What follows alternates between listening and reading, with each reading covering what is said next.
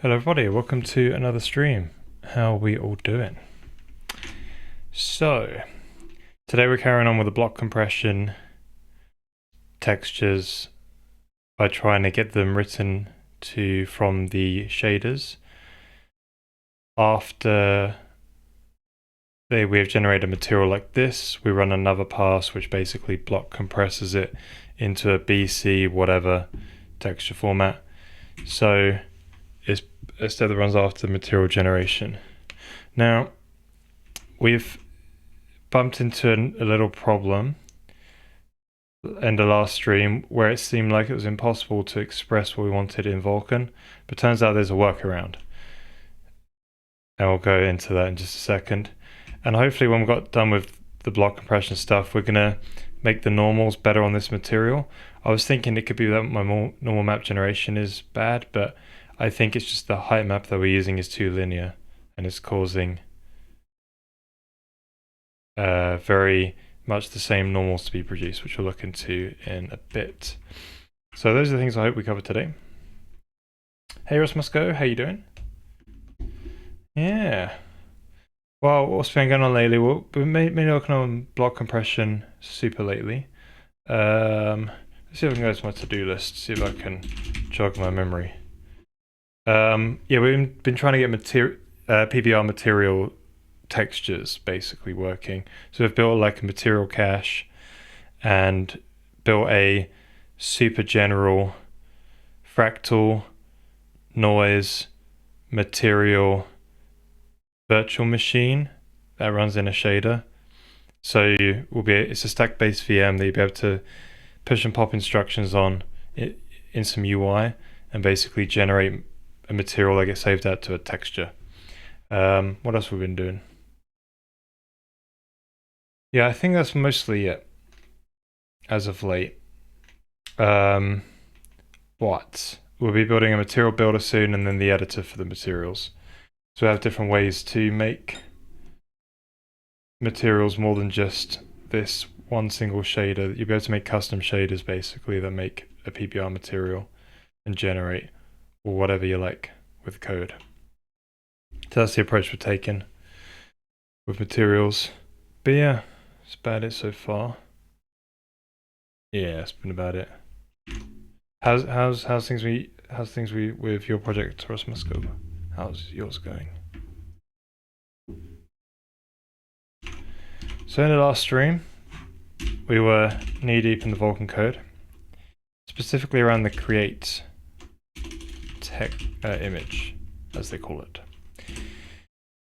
So the issue is I need to have a raw view into the block compressed textures or the block compressed image. Yeah, oh, it's so damn weird, right? And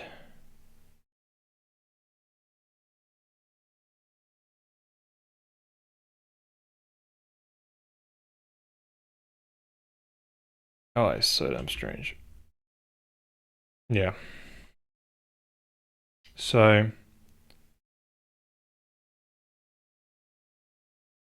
right, okay.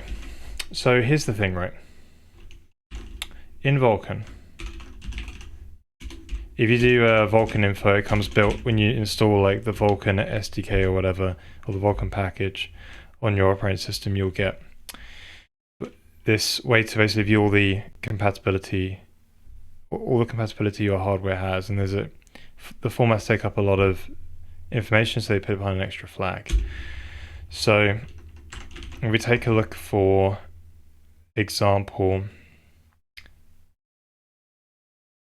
there is sRGB. This is not to do block compression, but I'm showing you some general, what was it?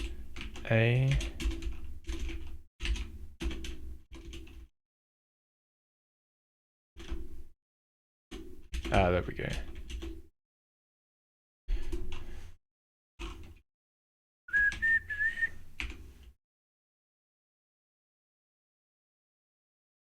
Yeah, here we go. So see here, there's this sort of RGBA, a 32-bit color.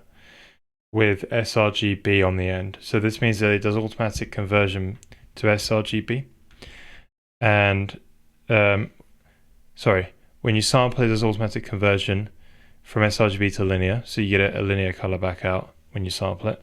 And when you use it as a render target, when you render out a linear color, it automatically turns it into an sRGB color before it puts it into the texture.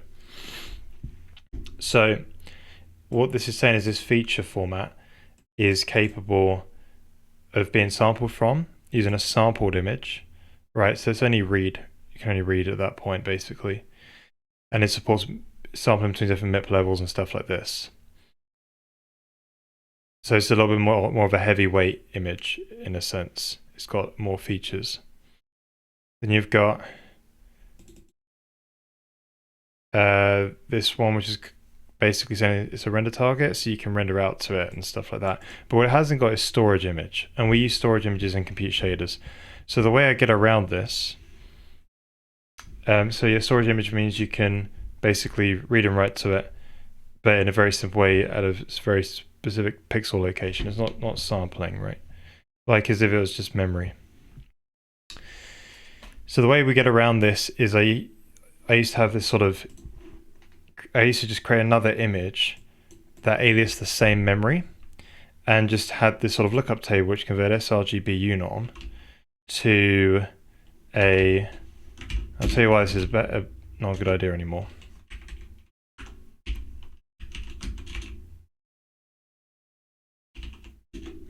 Okay, so there's a lookup table which converted it to a unorm variant, right? So it just gave me the unorm version, which means that when I used it as a storage texture in a compute shader, I just had to manually do the conversion myself. But underneath it was sRGB data still. And so yeah, what we did was took off this sort of sampled bit from the usage flags when you create the image and then set on the storage bit. And then we just alias the same memory. But the problem with doing it this way is that the pipeline barriers,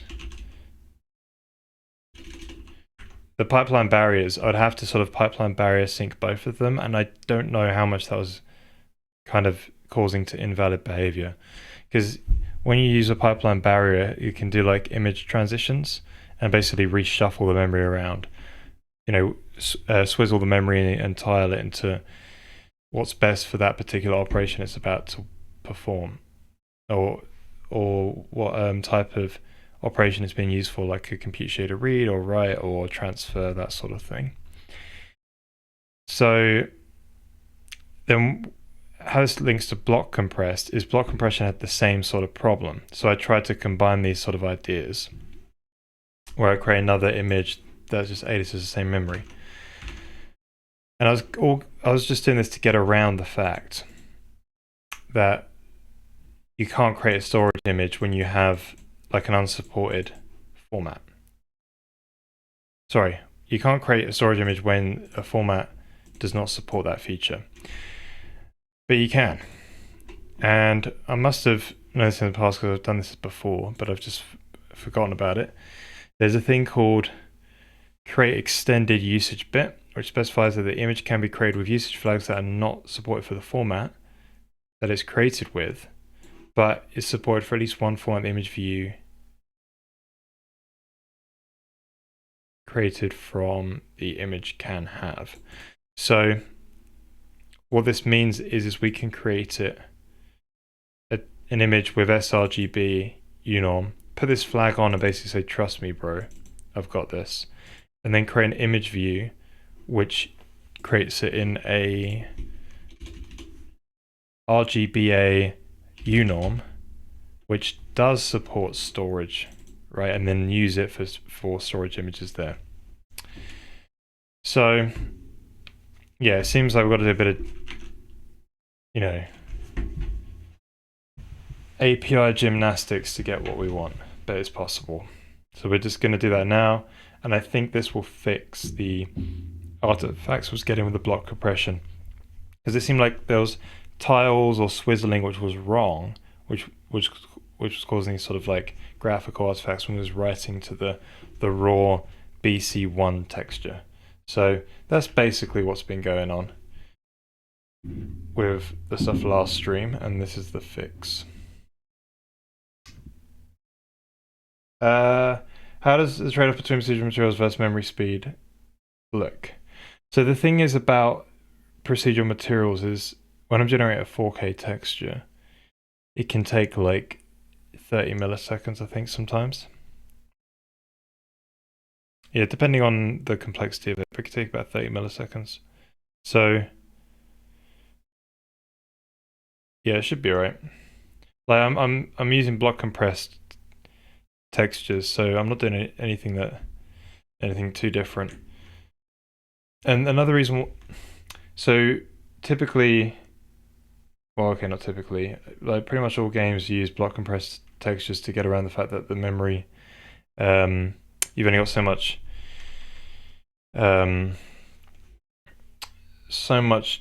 information that can be transferred, right, per frame.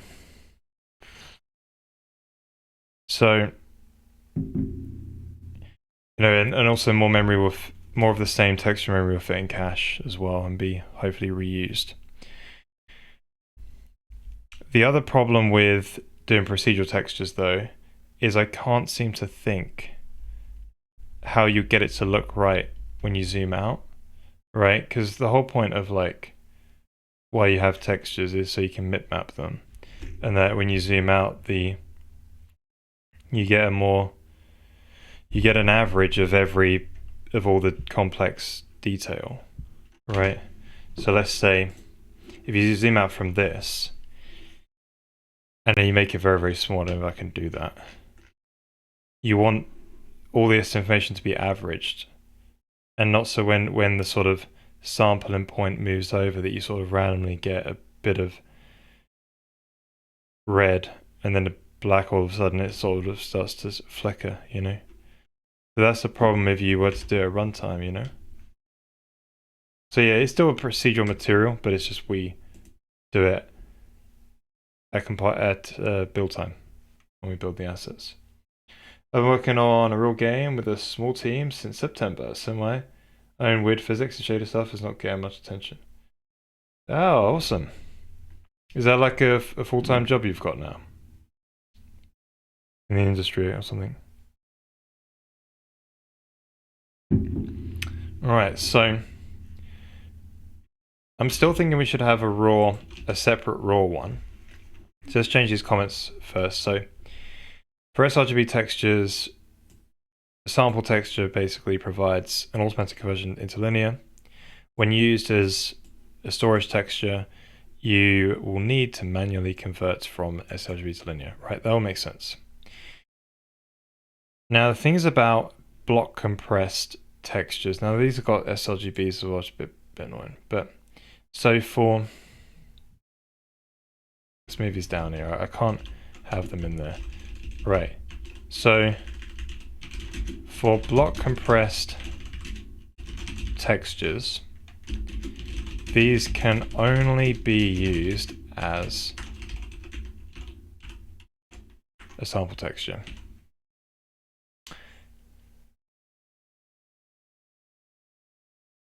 Unless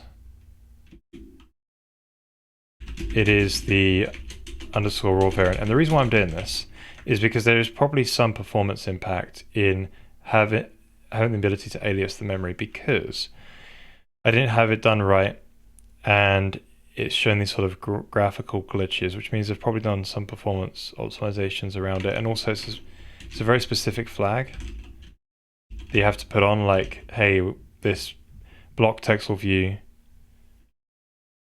if this block textual view compatible means that you can alias the memory basically and change the format. So they might disable some optimizations if you have this. So we want to make sure we do not stop the driver or the hardware from doing that. So that is the raw, one of the raw formats.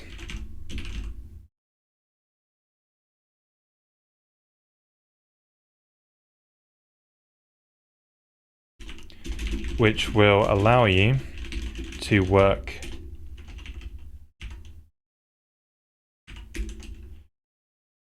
work.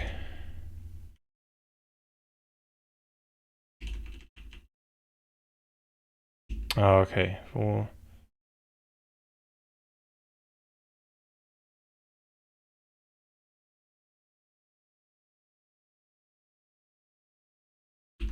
you probably want that there as well. The pixel will be automatically decoded from a compressed block. This is the raw format. It will allow you to work, which will allow you to use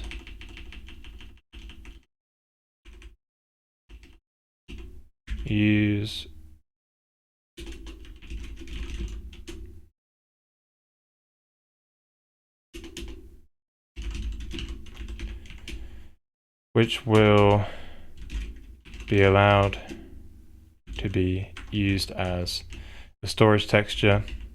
You'll be working on raw block data. This is useful when encoding block compressed texture data directly in shader code. Done. So that's all I wanted.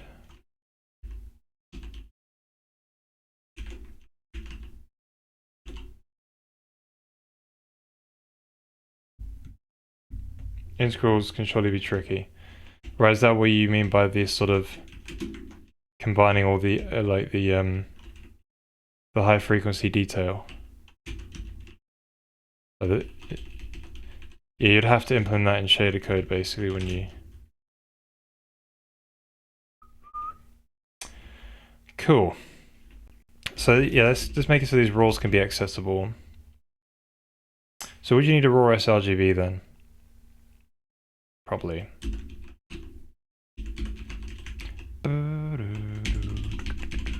Yeah, we'll do that.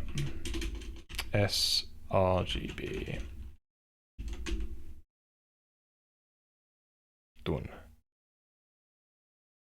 Right, so just got to change those lookup tables and we can fix the Vulkan code, and then that should be it, which would be pretty good. Looking forward to getting this stuff working. Okay, and then we'll look into the normal maps to see if we can block compress those. That'd be pretty fancy if we can. Rightio, so in the GPU side of things, there's these things got to change.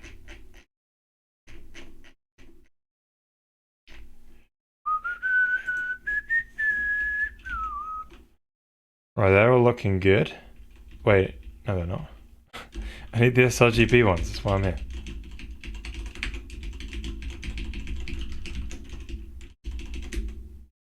Nice.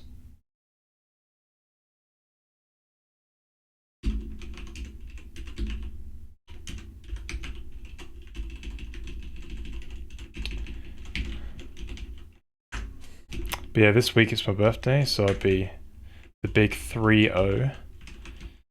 It's going to be pretty nuts. This Thursday. So there won't be a stream on Thursday, unfortunately, because I'll probably be having a meal at that time with my wife. We're going to go out and get some food. I think we're going to a nice steak place. We're going to there's this real fancy steak place. You got like a voucher for that. It's going to be lovely. I think it's Albanian steak place. I think it is. Yeah, it's so good. I always get the I forget which one I get. I forget which like cut I get, but I have it obviously medium, and then I get some garlic mushrooms, and it's just so good, man. And blue cheese sauce. So you get the steak, dip in the blue cheese sauce, and then eat a garlic mushroom, and it's just the best. Like when I went to Australia, they didn't, like every time you asked for a steak, it was just pretty standard.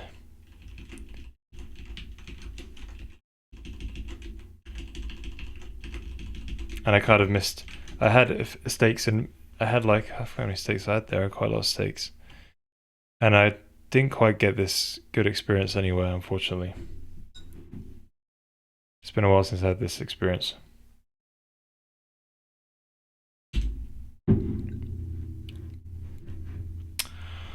Alright, nearly done.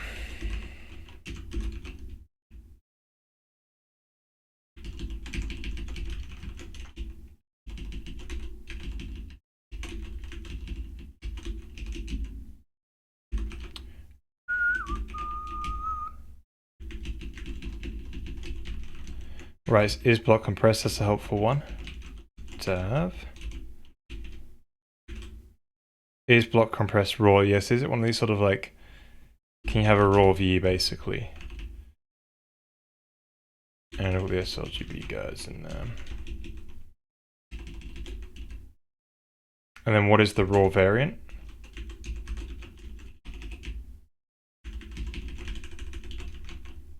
sRGB, sRGB, there we go. And the raw block dims one.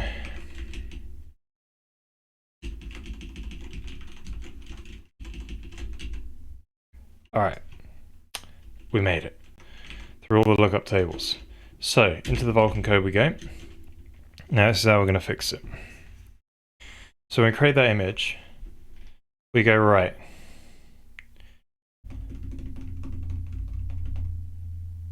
If you're sRGB, you still want to keep the storage bit on there.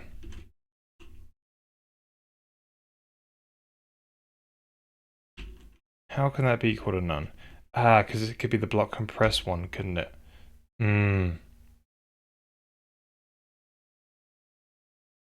We don't want the image alias thing. What do we want? We want mutable format.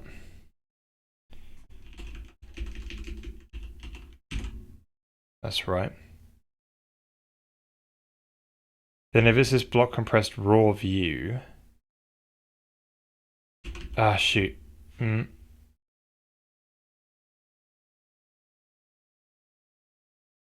Yeah.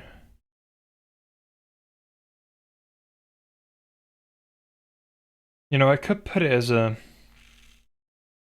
No. We'll keep it like this. This is fine. So we'll say, right, it's got this sort of mutable format. Good. So is it a block compressed raw view, basically? Then we stick on this block compressed textual view compatible with this mutable format thing. And this one, which basically says, trust me, bro, not all of the usage flags are going to be supported for all of the different image views that are going to get made. It's crazy. So, with that, we then also want to do this other thing. Now, another thing that Vulkan had an undersight for was this, is that, so they added this later in 1.3, I think it was. Maybe it was 1.2, I forget. But if you have this create mutable format, sometimes it just turns off a bunch of optimizations because it can turn into basically anything. Well, sorry, anything that's supported by the driver. So an image could be of format RGBA sRGB, which is like 32-bit integer sRGB, and that has a list of formats which can alias the same memory. List of different image views which can alias the same memory, basically. Or maybe not alias. Well, yeah, it can reinterpret the data as a different format, basically. Now, but yeah, so that could be tons of things. Like it could be like a 32-bit integer or whatever, right? There's tons of things. So if you select one of those, it could turn off the optimizations. So I guess I can give a bit of a clear example of what that is. So say if you had an image created with RGBA, or it's RGA, this one, right? You know, we've all seen this one. Then if you create an image view with format 32-bit UN. So again, this is just me 100% guessing, but I'm just imagining it based on how I understand that it works under the hood. So effectively, the drivers will sometimes like swizzle the channels such that you have like all the R's next to each other, then all the G's next to each other, then all the B's, and then all the A's, right? It really depends on how they've done the swizzling under the hood. I think they're all a bit different. So, but if the same memory can be aliased as this, well then they've got to turn off this swizzling, and then it will end up having to be in this sort of SOA format rather than in this AOS format rather than SOA format, right? And that's, so to avoid the driver doing that, because you've just said, hey, it's mutable and could be turned into any of the supported formats, what you can do is you can tell it, hey, here's all the formats. There's this standard feature now from 1.2. Now, I've used this one before. I think we've seen this before. So you basically just put in one of these.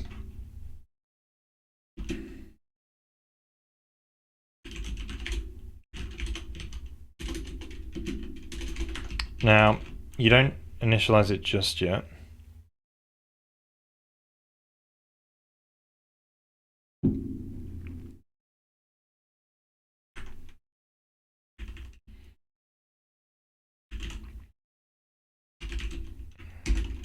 So you have your S type, structure type,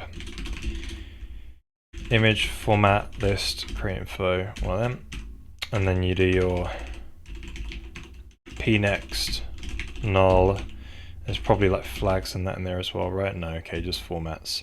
So you got to have your array of formats as well. So in terms of the array of formats, there is just going to be like 2.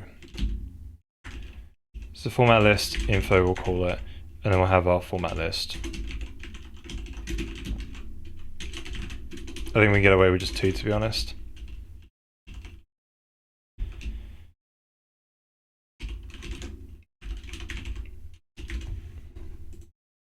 So yeah, we'll do like a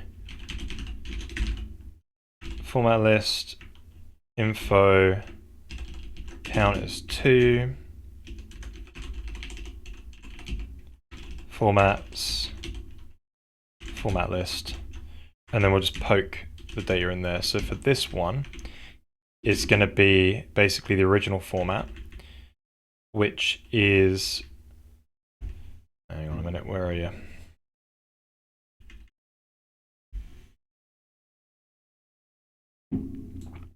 Which is VK format. Yeah, it's kind of, oh well, doesn't matter.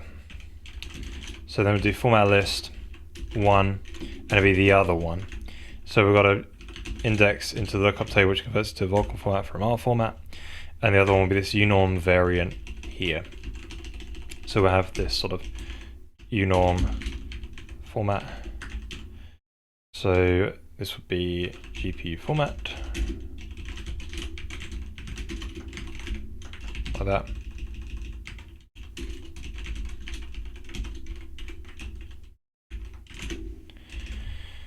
And then we need to make sure we set it in the pnext, because this is how this gets passed in. So you go, right, we say create info pnext is equal to the address of format list info. Now you could also say format list info dot pnext is equal to create info, just in case in the future we come along to change the code and put something that changes the pnext before this, and then we would have to hunt down a bug potentially later on. So this will set it to null, and then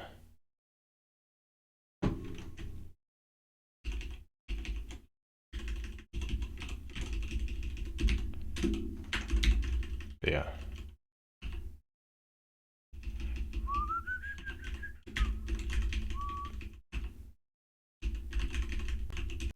I think that'll be pretty nice. All right. So I've got this one more time, and that is for the block compress side of things.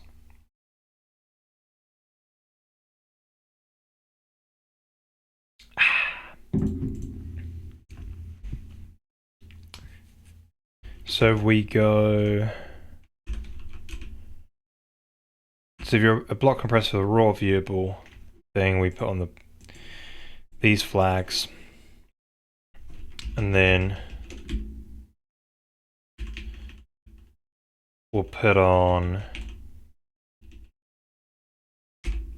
GPU format block compress raw variant for this texture format. So we'll get the, you know, for BC1 we'll get 2U32s because this is 64-bit per block, that sort of thing. So we plop those in there, then set all that up. Awesome. Now you shouldn't be able to have both at the same time. That shouldn't be a thing as possible.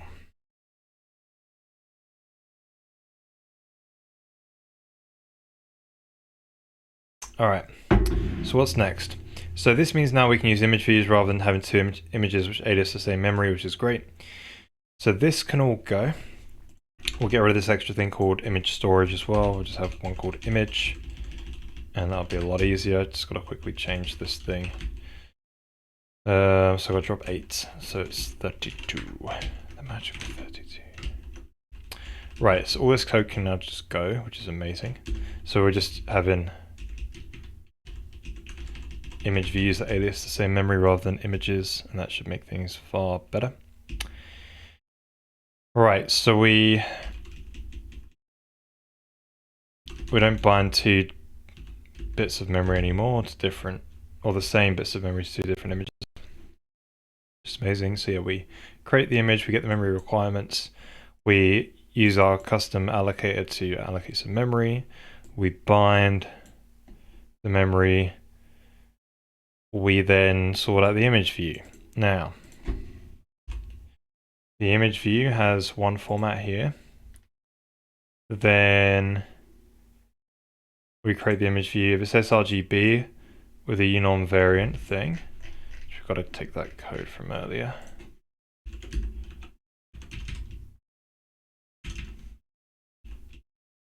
Plop that in there like that. Right. We then, so this could just be, I've already actually looked this up. So it could just be, hey, that's format list 1. Did I do that right? Yeah, good. And then I say, I don't change the image either, create the image view, or the second image view. If not, it's just a storage image. Sorry, the storage image is null. Interesting. Yeah. So this would be for like the BC1 sRGB. We can't view it as a storage image, so it has to be set to a null image view. Now, else is that if this is block compressed, I guess I could else if that, to be honest. Actually, no, I can't else if, because they can be sRGB and can not be L. Yep. So if it's a raw image, right, this will still work. Yeah, so if it's block compressed with the ability to view it as raw, basically, then I can say format list 1, where I've already looked that up. Don't change the image. Right, and I've not put it as amazing.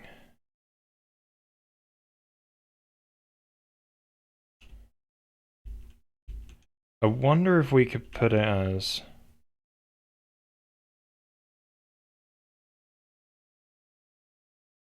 yeah, I think we can make this a proper else if chain if we, oh no, we can't.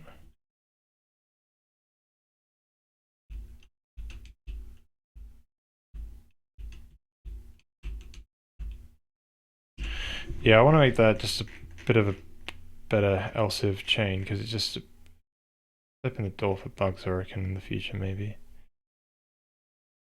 So what do we can we do here? So if it's sRGB,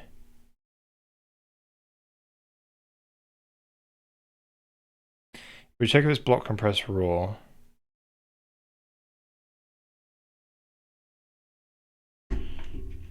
Then if we check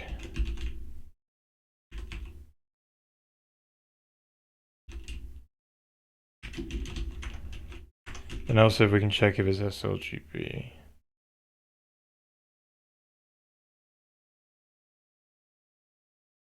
Yeah, that works, I guess.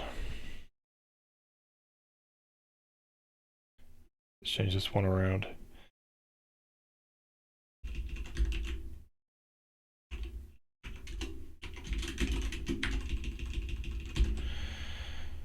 Yeah, so I have to have this else and this else, which is basically the same. Hey, what's that doing? Alright.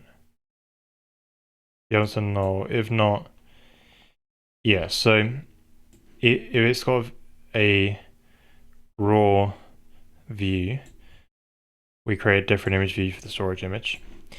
If it's an sRGB format that has a unorm variant, so not the block compressed ones basically that are sRGB, they get the unorm variant, so we can actually read and write to it from shader code. Just have to manually do the sRGB conversion. Then if it's else, it's a block compressed one, so it will need a null image since it can't be accessed in shader code in compute shader code as a storage image.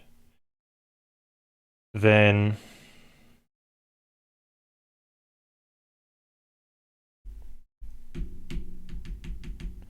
the final one is that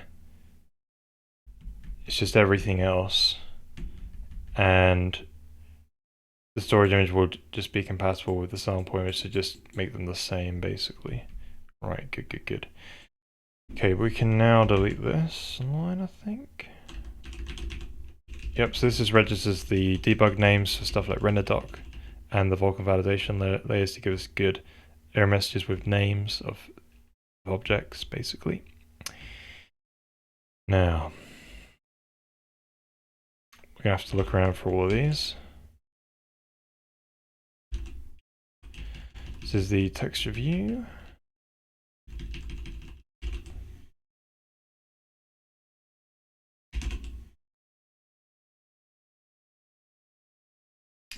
It's got that similar sort of thing, so just got to switch this around.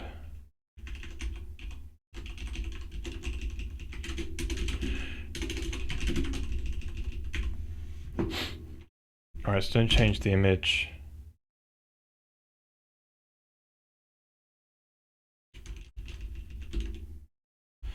That all looks basically the same now, that is good.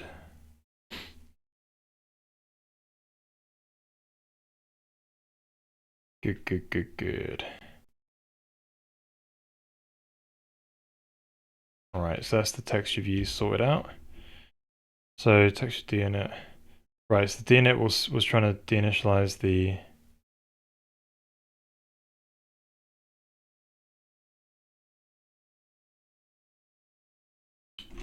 they're not equal.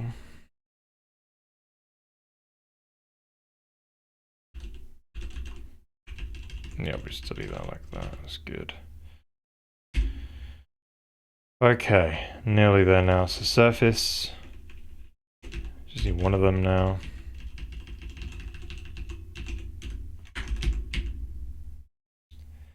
Right, so we can delete this whole barrier. So this is where we used to have an alias. So we had an image which was alias in the same memory. Then put another barrier down. I think this was causing us problems. But we needed it there for the validation layers to be happy. It was just weird. So that's all gone now. So hopefully that's it.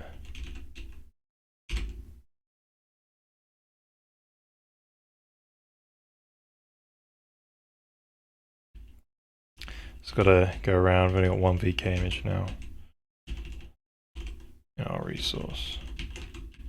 Alright. Oh, so let's give that a go. So let's do a sync and a run. And if it all compiles, that should be it, I hope.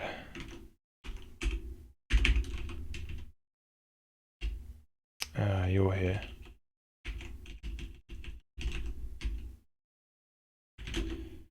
Yeah, I wonder if that was causing our bug.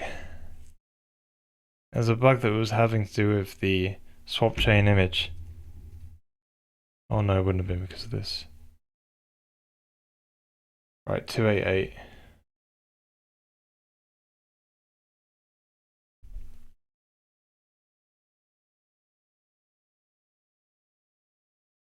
Oh, I've not got an sRGB one there. My mistake.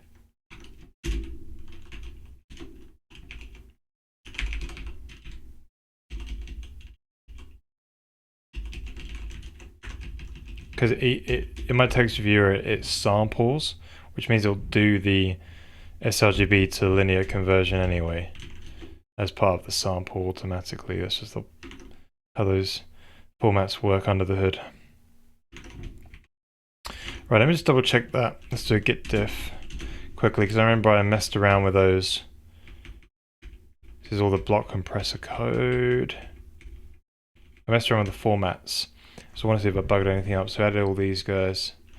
Just making sure I didn't delete anything basically that I didn't need to. Yeah, they're all looking fine. Alright. Hopefully, this is it. Let's just... Alright, so some gymnastics to get around these Vulkan errors. So, format not supported. But I put on that thing. It needs that special flag. It needs the trust me bro flag. Because it's saying here that the usage with the storage bit, we haven't got supported format for this RGBA, okay, BGRA sRGB, right? So, but we're using it as a storage image when we've changed this format into BGRA unorm, right? Which is supported with storage.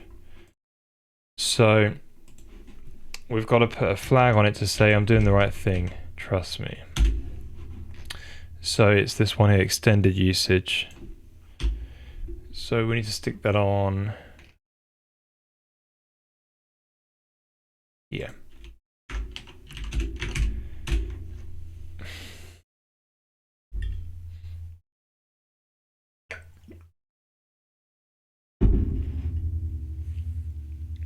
All right, what's going on now?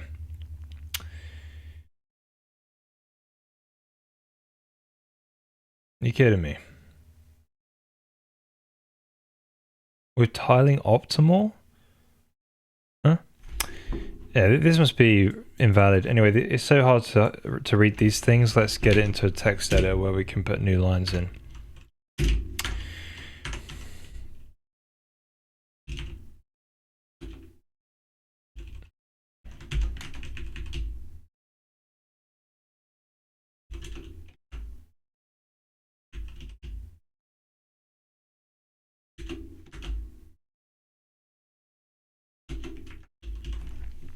Right. So what it's saying is with create image view, we've got with tiling mode optimal, it doesn't support storage image. I'm like, yeah, I know that.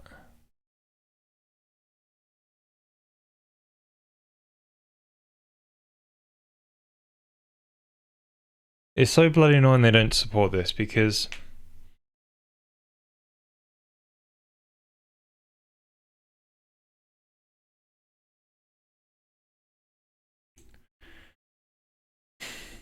why can't they just in the compute shader just don't do the sRGB conversion?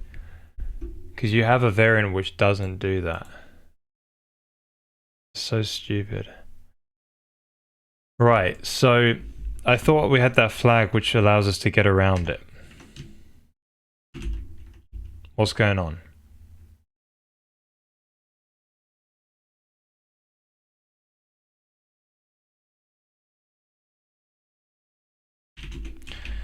So let's read this again. Specifies that the image can be created with usage flags that are not supported for the format image created with, but are supported for at least one format an image view created from the image can have. Right, so why is it complaining then? Where was this at in the call stack? So it was at 2140. Right, so it's not here. Right. But it was done later on when we create the image view. Interesting. So do we have to do some special gymnastics in the sort of image view flags then?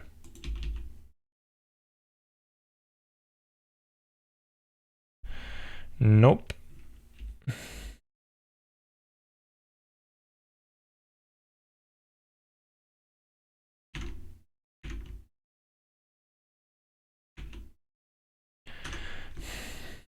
That are not supported for the format image is created with.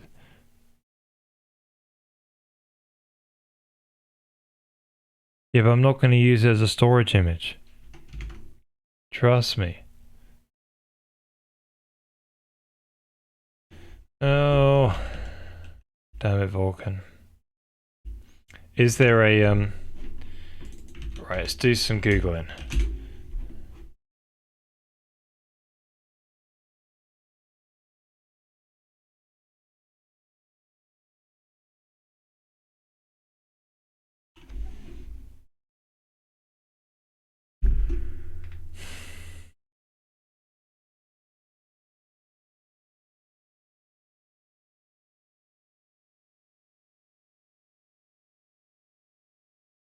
Right, this one's still open.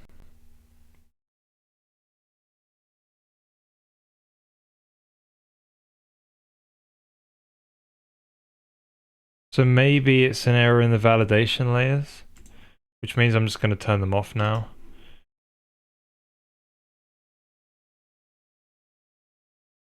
Oh, I can turn these off. I forgot you can do this. Yeah, so we've got this with the so we can ignore them. Amazing.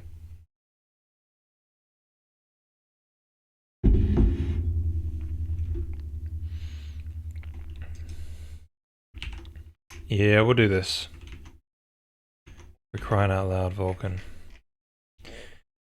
I've had this in the past with the validation layers, it's just not been reported wrong errors.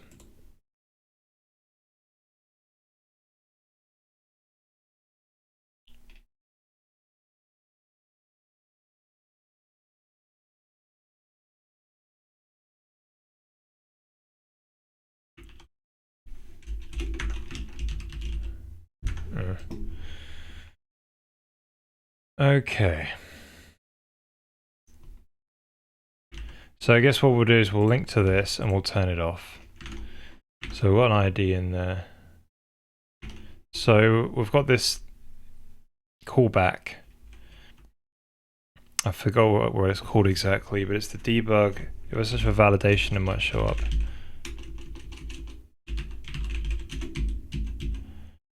Here we go, handle validation error. So this is special callback for the part of the debug utils. So you set this up, it's an extension, but you know, it's supported when you have the SDK around, I think, so you can optionally turn it on. So this is me optionally grabbing it, I think. Well, no, not really. But I can optionally get it. But yeah, it allows you to basically get a callback whenever a validation error happens and then choose to reject it, basically. So I think you return false if you want to accept it, and then you just return true if you want to, something like that.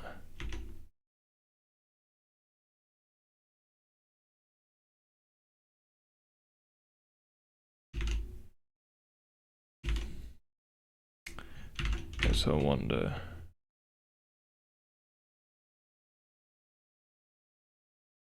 Right, message ID, there it is. Yeah, there you go, same one.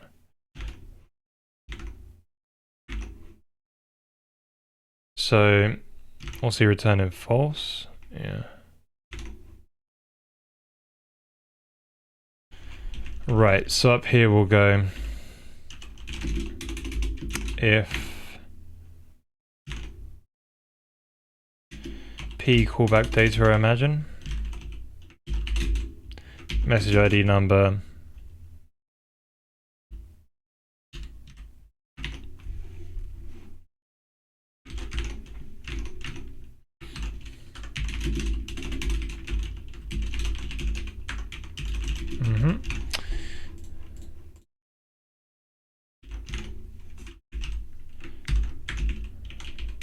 So reference the, oh no, not that one.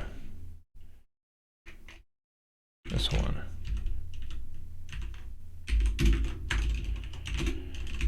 Cool.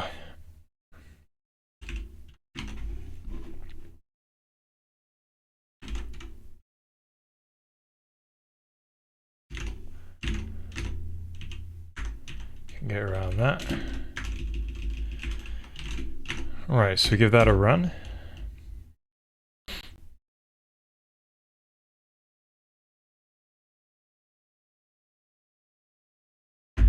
Right, so there's another one now. Different validation error. This one's saying we're creating a BC1 RGB or sRGB block, right? But it's got the storage bit on. Right, but I'm pretty sure I put that format thing on again, didn't I? I put that thing on it to say ignore it, you know, trust me, basically. 2072. That's the when you create the image, right? So it should have gone into here, and we should have put on these guys, right? So I can't see that usage flag in there, the one which says trust me. So, oh no, that's not, no, it's a create flag, but yeah, we can't see it. So that's bizarre. Right, that's because we did it as a, yes. So here's what I want to say is, if it's block compressed, right, if it's a block compressed format, then, and it's not block compressed raw, basically.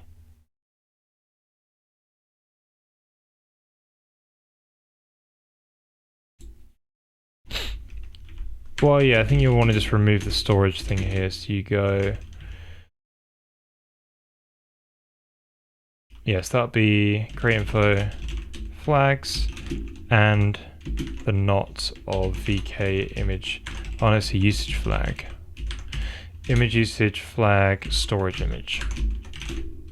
Yes.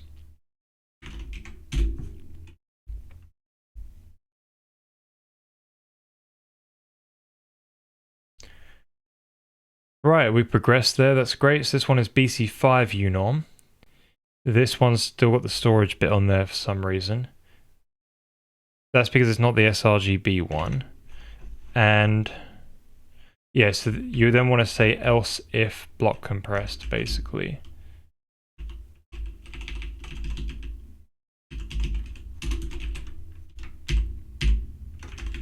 Then yeah, remove that. And that should be it.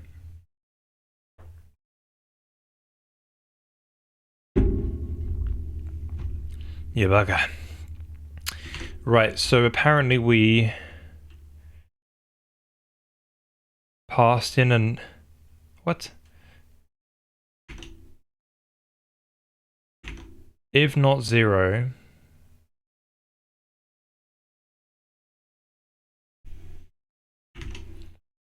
Yeah, so apparently we've got a non-zero value on the count, and one of them is undefined. Well, 0 is undefined, apparently.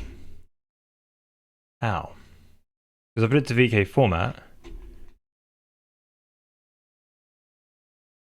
Oh. I didn't update my VK formats for the new sRGB. Oh. Right. Okay. Hang on a minute. Let's just massage these lookup tables. So we've also got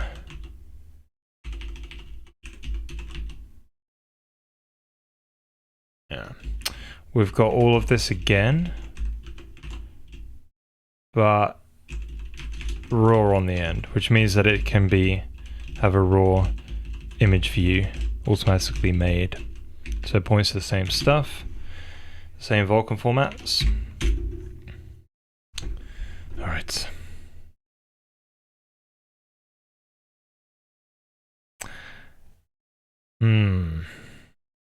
Right, so this one's saying the image has been created with that block text or view, which means it's got a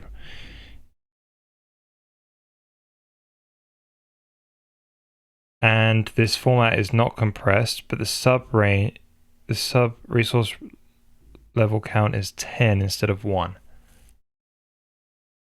Interesting.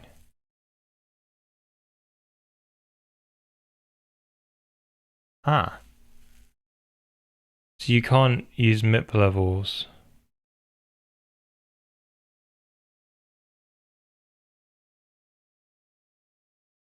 Yeah, that makes sense. So it's created as storage images only have access to one MIP level basically, which is weird, but that's the way they do it.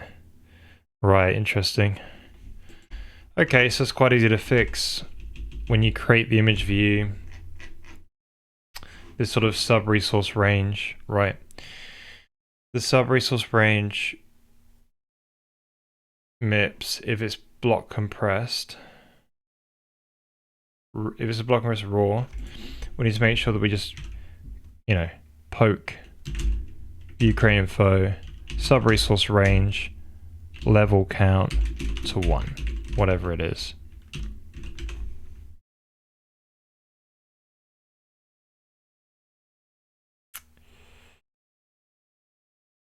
And then we probably want in the texture view,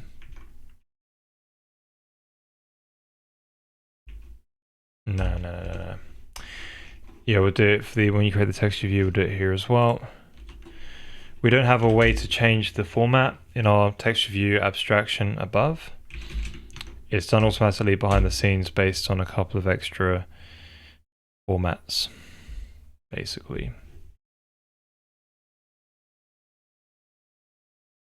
So many Vulkan validation errors. Right, image view created with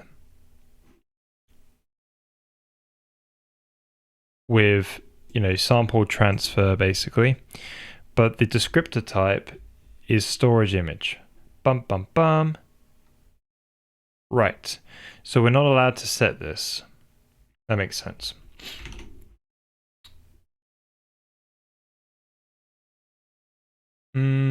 Yes. So I meant to say if it's block compressed. Yeah, I missed that one. Right, if it's block compressed. So after we create the image view, if we've done all these, we're not creating another image view explicitly. If it's block compressed, we want to make it set to null. Yeah. If it's not block compressed, it's just the same as a sample one. And that will update the descriptor table properly. Then in the image view, it's got the same thing as well. And that.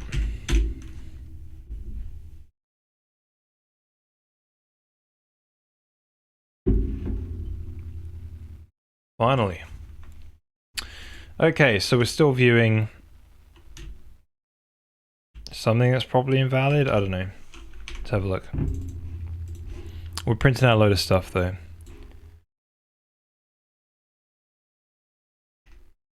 I think that's looking alright. So we did this debug shader where it's basically a grid where it displayed. So this is the BC1. It's unorm raw for some reason. I should be using sRGB here. But I encoded a sort of grey. Yeah, this is looking correct. It's looking a bit weird. Yeah, no, I think we've done it right. Because this was all swizzled everywhere, and you'd have red pieces over here, green pieces over here, so it'd all be sort of jumbled up a bit, but it still kind of looked correct. But now it actually looks correct. But we've got these sort of blocky looks, and that's just because I think that's just the way the texture viewer is sampling it. And I think that's okay. So yeah, I made this sort of grid so I could basically compare it to the non-compressed one. Let's go and find that. So that's the uncompressed one. Yeah. So here it is, just sRGB, not compressed. If we get in there, you'll see there's in a 2x2, we've got kind of 4 different colors here. But when the block compressor was trying to find the best, I think there's only a palette size of 4 colors per pixel. So it selects 2 endpoints, right? The min color and the max color. And then along that line in 3D space on the RGB cube, there's 4 colors. There's the 2 endpoints, and then there's 2 in the middle. And when it does it, it ends up picking the same one for these two with the encoder we're using. But yeah, we can always make it better. But yeah, those were different locations on the texture. So it seems like we're getting correct results now. We should be using sRGB here though, so we've changed that up, and then we'll try and so we can remove all this print stuff now, which is good. I think we're getting there. So in the graphics code, we're using BC1 unorm. That's going to change. sRGB for albedo, and for emissive, sRGB as well. Block compressed, so it can be BC1 raw, BC...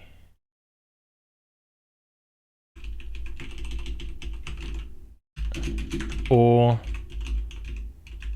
oh, this is going to be great. It's going to be amazing. So this is the block compressor for BC3. So BC3 just has the alpha channel basically, but it's not encoded. It's encoded like BC4, which BC4 is just a grayscale. It's confusing, but yeah. That's the way it is. Right, so I think with that good there. Yes. Wait. What about the material cache?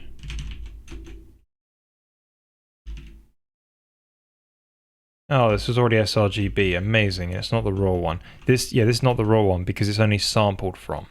So the material cache takes the files from disk, uploads to the slot. So it's just got for each LOD, it's got an array layer, which array layers for each of the slots that we've pre-allocated, and we just upload it into that one. Right. Awesome. So there's, in our shader code now, in our material code generator, in our material generator, which is this weird virtual machine thing. I can know myself. There'll be a whole UI for it. What are we doing? Yeah, there's I'm currently using this debug else statement where I'm just doing this weird grid thing and changing the color based on that. So we change material, define matte, change that back to 2. That's our fractal noise virtual machine thing. Oh yeah, I wanted to change the BC1 is messed up. BC1 compress that code. BC1 block compress. Yeah. So I ended up.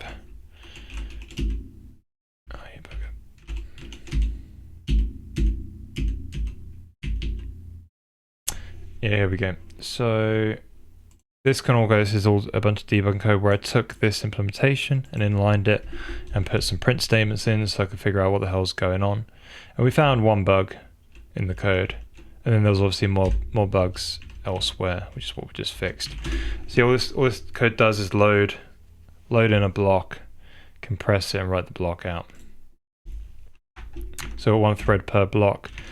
It might have been better to have 1 thread per pixel, then the final pixel writes the block, the first pixel writes the block out. I don't know. But it should be good enough for what we need to do. We can look at performance literally in a second now, if it works. Right, that's still not looking like I hoped. Something looks off. We've seen like weird normals. But yeah, we'll see. But yeah, the performance is like this. So the material pass takes 33 milliseconds to generate the material, and to do the block compressing is here. Let's pause it. So we could do the downsample passes. Yeah, block compress is like 0.3 milliseconds. Yes, all in all, they're about a millisecond to do the block compression of the first MIP. But you would have to do all the other MIPs as well. Right.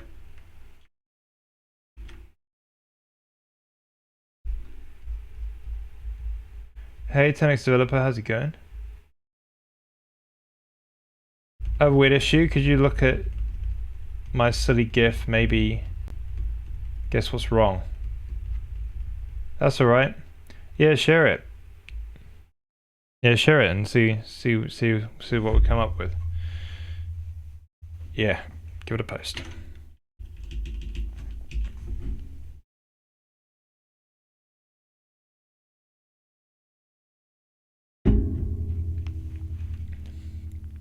Right, so we're running 0. What was 0 again?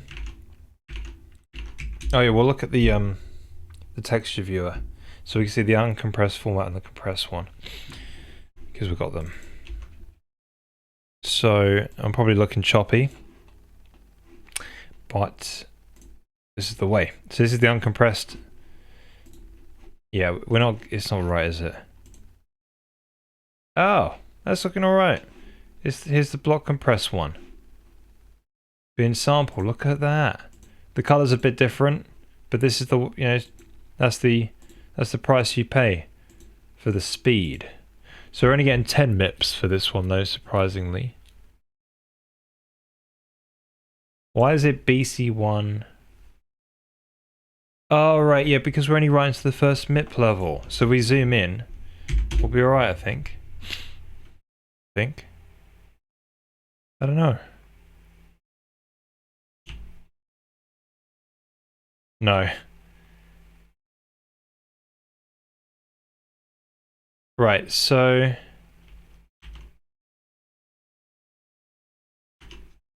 what else is the problem then? So yeah, I think our block compression stuff is good. So emissive looks like that, as we expect. Meltness, roughness, that's buggered up. Right, so the meltness, roughness is not good. This is how it should look. So that's, the BC5 one is wrong. So that means BC4 compression might be wrong as well. Oh, the emissive channel. Oh, interesting, yeah. That high map looks alright there, that's a BC4. Maybe. That's the... No, that's not BC4. Right, ignore me. We'll get to the normal map in a minute. So... Right, what's the next problem then? So the next problem is that the meltness roughness map looks wrong. So the BC4 compressor, and in turn the BC5, because that's two BC4s stuck together, is wrong. It's just wrong. So it's showing that it's got roughness where it hasn't. Something like that, I think. Wait. I don't know. Let's have a look.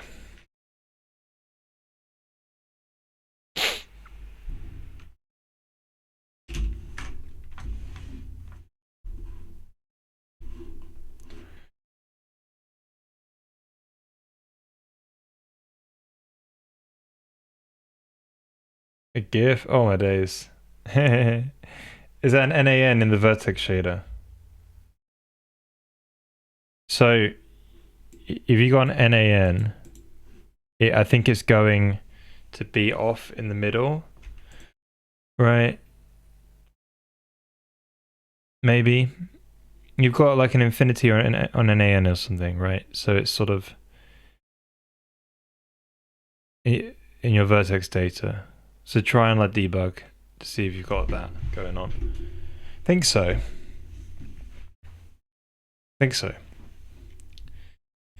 Just a guess. Because I think it puts it in the middle sometimes when that happens. Do you do some funky stuff with your vertices?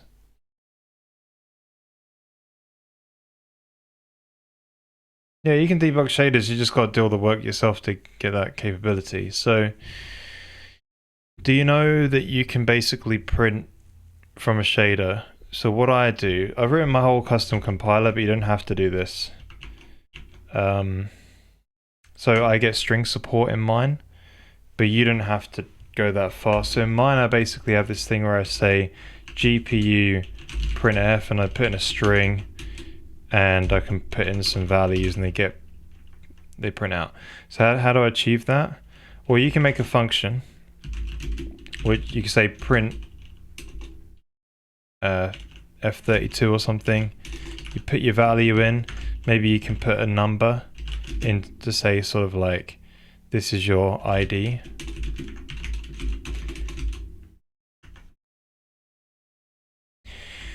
Then all you have to do is have a buffer, right?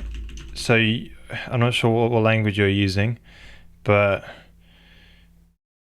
you know, it's probably GLSL. So if you're using GLSL, it would be a storage buffer. I don't know what language, how that looks in GLSL, forgive me. But you use a storage buffer where you have a bunch of U32s, right? And you can call this the print buffer. And all you have to do is the first entry in that is going to be the atomic insert index. So you get the sort of insert index, and you do the atomic add into it. You got to make sure you zero this at the beginning of the frame though. The atomic add 1, or however many words you need. And then basically what you can do is you can then find your insert index into the print buffer and simply reinterpret cast this, however you do that, right? I think it's like a bit cast, it's known as. Figure out how to do that in GLSL. I don't know what it is. You bit cast this into an int, right? Put it into the buffer, and you probably want to put into the buffer as well that this is of type float, so you know what to do with it on the other side. So you need 2 words for this one, so you add 2 onto there, right? 1 and 2 words.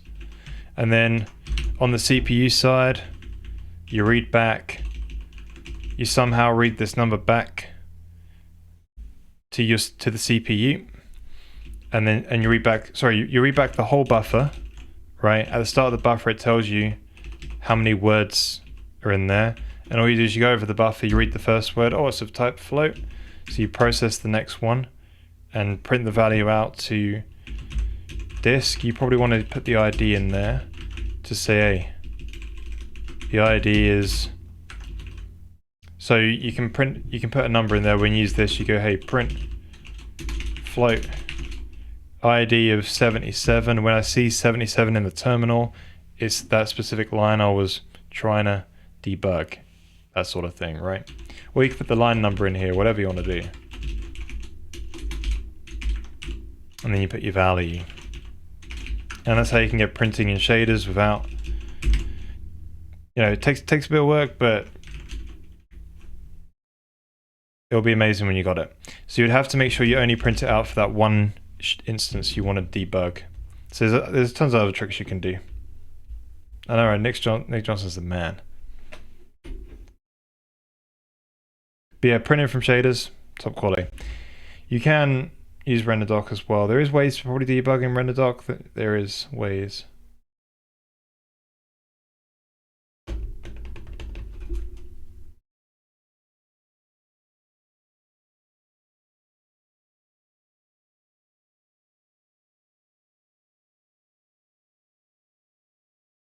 Yeah, you can also use RenderDoc, and this is another way you can do it. Capture a frame in RenderDoc.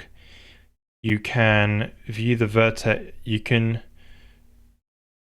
view all of the vertex outputs, and you should be seeing NANs in there.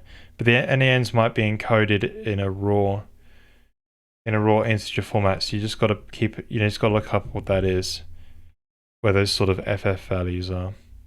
So there's all those ways you can use to debug it, but I recommend having a print solution because it just works for all sorts of problems, especially in compute shaders where you're just doing a bunch of random stuff. Proper ideal. There's so many good things you can do. You can do like in mine, I've also got a way to put shapes out. So I can put, say, GPU, wait, draw 3D, and I can just put a sphere down from a compute shader, and it will just render a sphere out. So I can do like vectors as well and points, all from shaders, and helps debugging go really smoothly.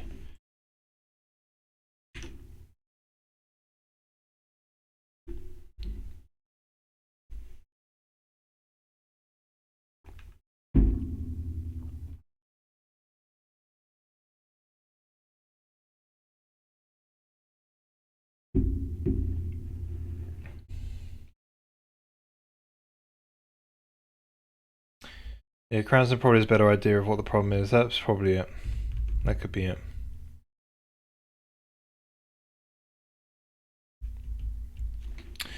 Right, what we're going to next. So we had that sRGB texture, and that one was looking fine. The metalness roughness map was looking bad. So we were getting roughness where we shouldn't have been getting roughness. That's the idea, isn't it? So open up the texture viewer, which is another thing you can build to debug stuff. It's pretty amazing. So we've got this uncompressed one. Oh no. Uncompressed metalness roughness. Hang on a minute. This is what it looks... Ah. It does look fine. Yeah, that's alright. Looks the same. Ah. That's the BC compressed one. Yeah, so why does this not look... This is material 0. I forgot what material 0 was actually, but... So I guess it's the copying code which could be wrong now. So have I got a way to disable this? Oh yeah, I can disable it from the settings, but I've got to regenerate because I've not got a... Right, let's turn off. You have to do it from boot and... Is it code gen? I think so. I think that's a script I need to run. So this is how it's supposed to look. No, it's not. This has got the invalid. Right. Let's see.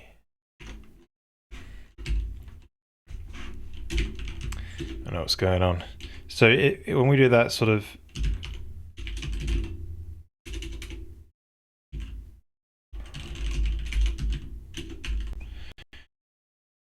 Alright. So what we're doing here is that I wanted to avoid basically doing texture copies. I see now. So yeah, so compressed.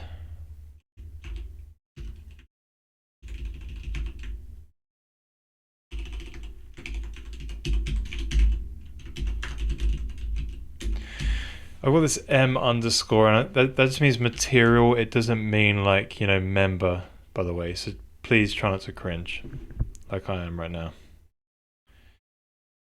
So yeah, this is just saying generate the material basically, run the material generation passes, downsample all of them, and copy. Well, yeah, copy by doing the block compress. So I've got a texture copy. Hey, Captain Chica. How you doing? Welcome, sir. Yeah, that's what I want.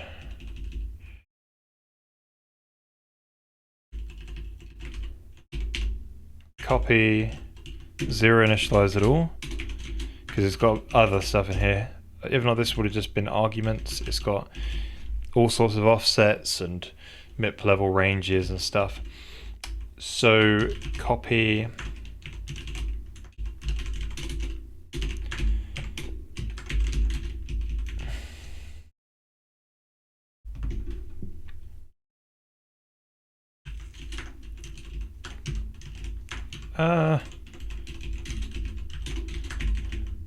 right, so we're copying to M material compressed.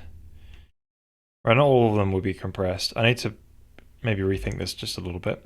So we're missing the height map from the uncompressed height map. Copy. Thank you. And the other one was the normal map, wasn't it? I think.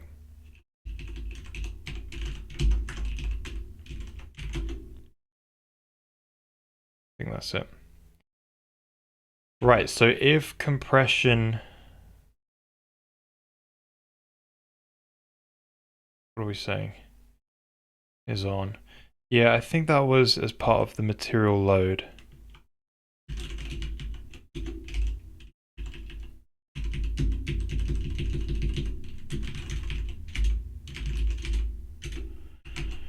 Material cache.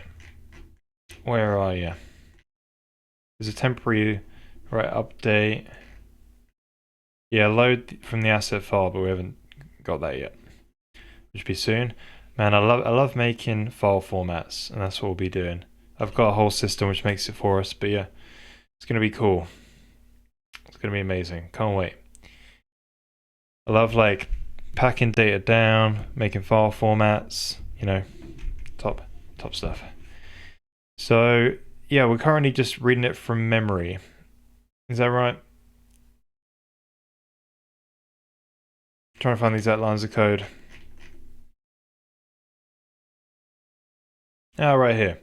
Load material. So yeah, we're copying it from the compressed one here, rightio. So that one needs to say if G settings graphics material compression. It's all just temporary code for now.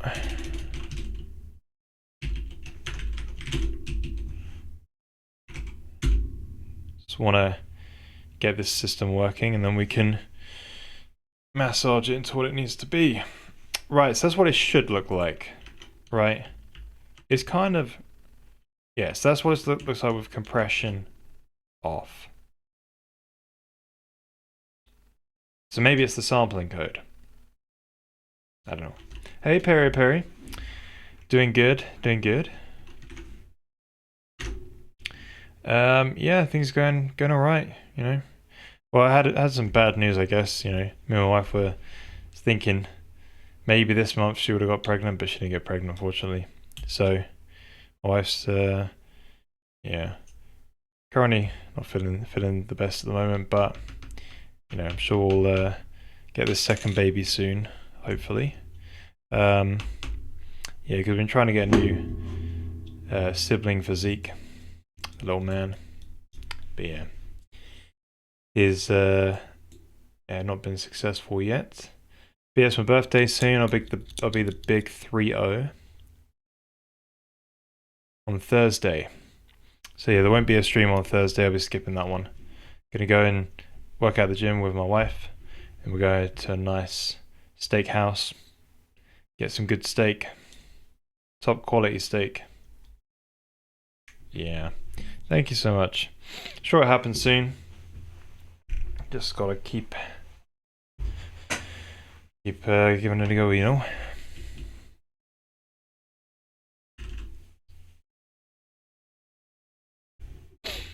Just turn back off the block compression. So settings. I'll turn it on, sorry. Booleans. Always going wrong.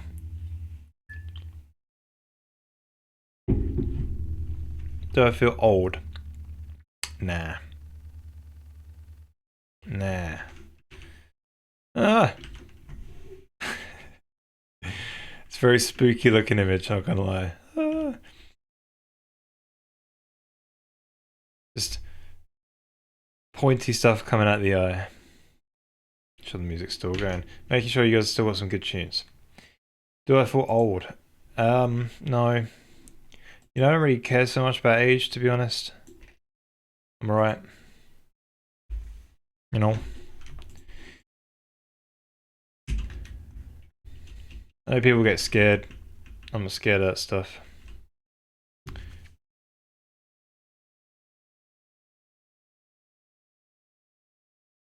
I am younger than the Linux kernel, that's true. I'd always be younger than the Linux kernel. Right, so we saw one. Yeah, so it was this one. This is what it should look like, but it don't. So,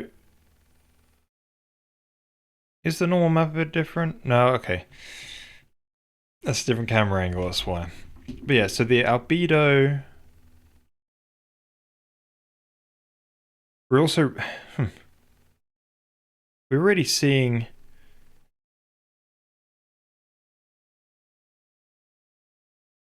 Well, I'm not compressing the normals. The things we're compressing are... You know, it must be the texture copy, because we're seeing it fine. If we see all of our albedo looks alright, this is the block compressed one. That's fine. The emissive, that's fine as well. The metalness, this is what the metalness looked like. And roughness, basically. It's just rough, right? It's what G channel is, that's rough. Metal, no metal. Right? Just pure rough. My eyes. And then the height map, we're not using that as part of the shading, but we are using the normal map. And yeah, this is not even block compressed yet, so I want to try and do that. So what I'm thinking is going on is that we do a texture copy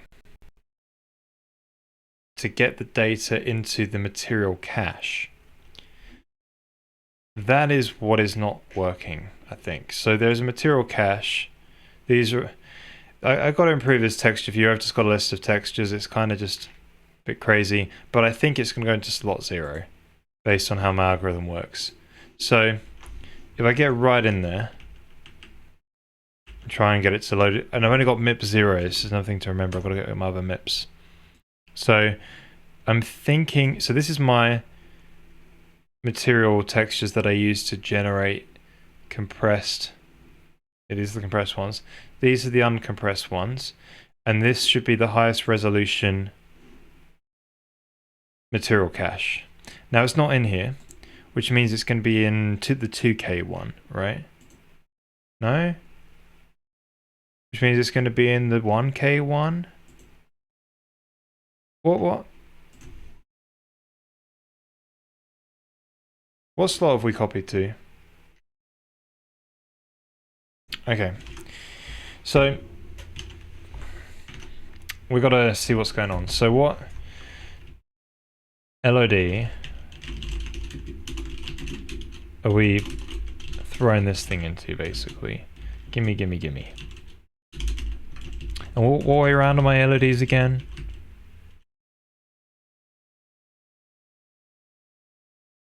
It's always confusing, isn't it? My LODs are...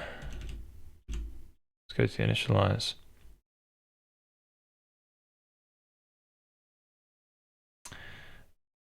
Yeah, so it's low to high. Lowest level of detail to highest level of detail. That's the way it's ordered. Makes sense. Cool. So, yeah, what LOD we got?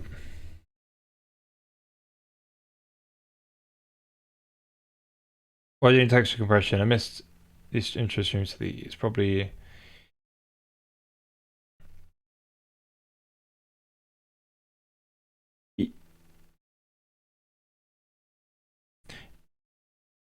Probably imagination. We just use a fragment shader to generate the material needed.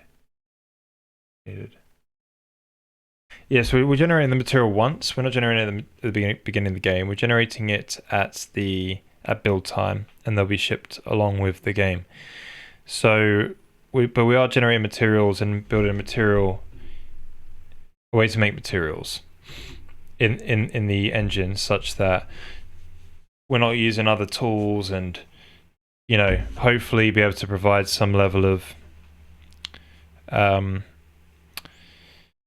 just a smoother experience, basically, when making the game. And then there'll be some limitations with that as well, because it won't support everything. But yeah. Why do you need block compressed textures?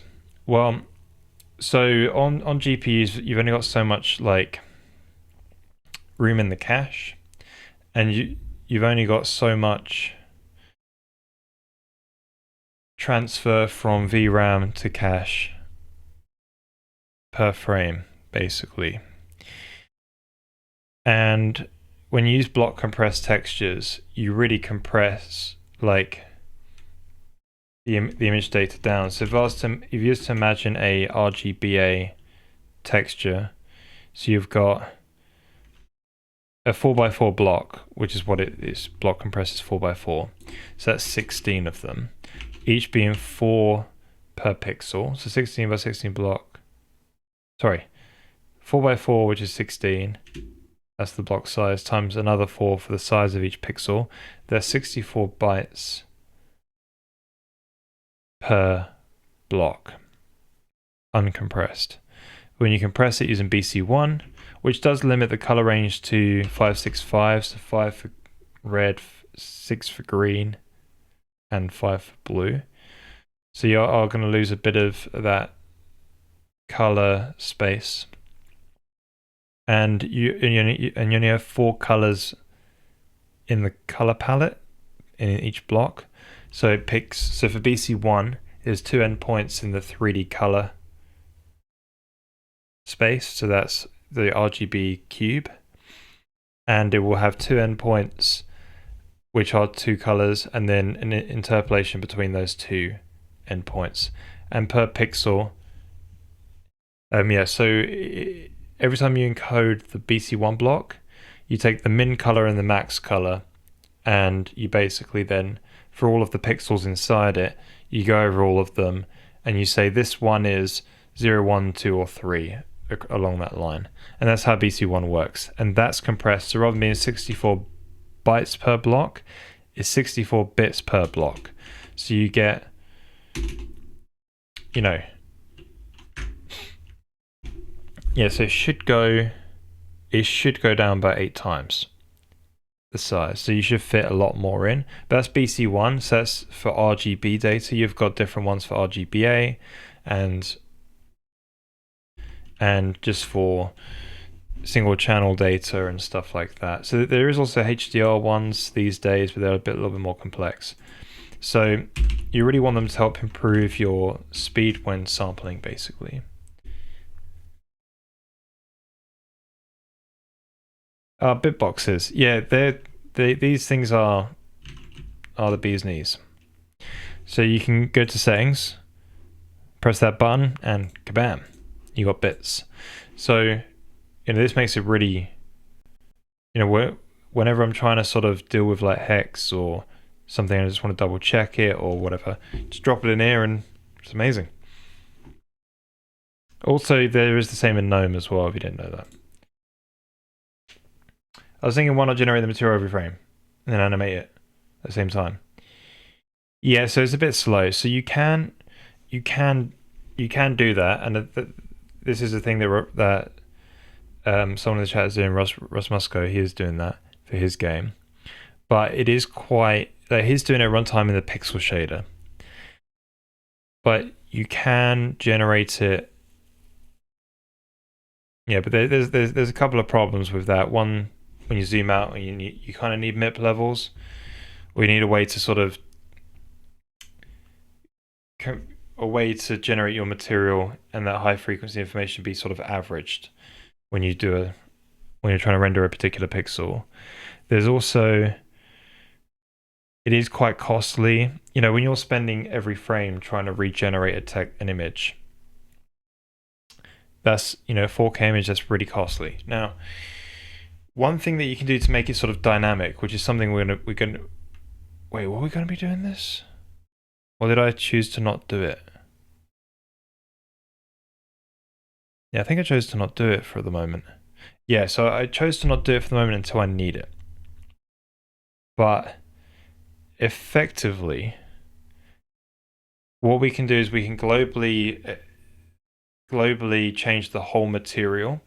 With every material, we can have like a scale and an offset for every property. For albedo, scale and offset, emissiveness, scale and offset, and messiness, roughness have a scale and an offset.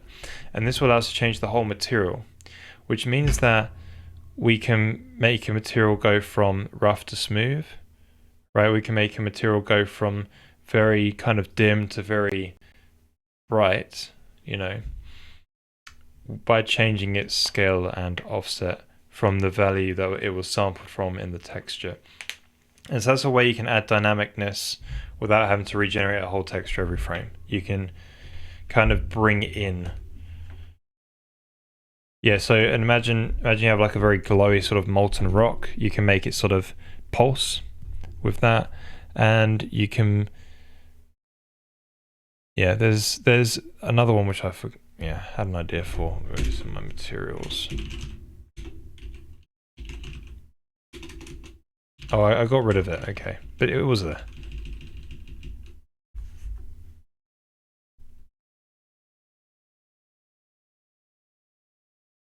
Why you use textures ever artistic control basically for encoding things for each which anodym are impossible. Yeah, exactly, yeah. Give the artist a lot more. Yeah, that's the reason why you pick static. And for speed as well. Speed and complexity.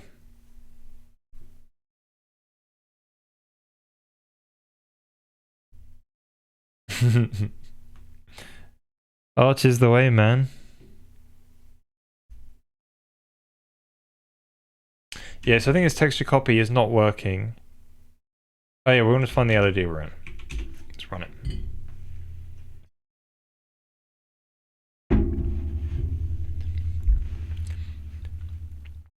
Why don't I see it printing out into the terminal? What are you saying? Oh, did I delete the line? That's why. Right, what LED we got? We should be having like 11, which is 4K.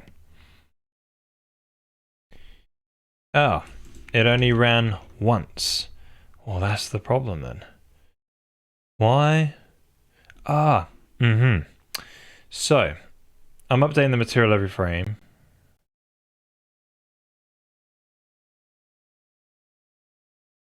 Yeah, I know the problem. Right, here's the thing. I'm currently debugging it, running it every single frame. What was that to-do remove me thing that I used to have?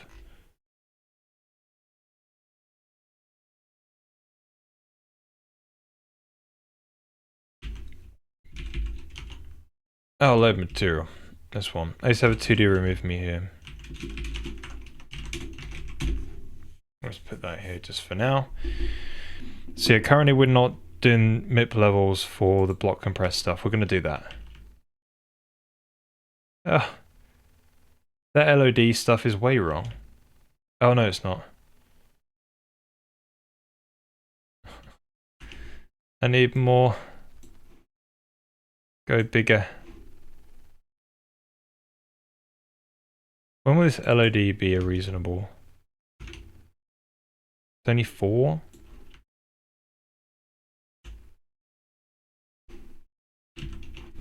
So it's been calculated on the GPU. I would expect that to be... Huh.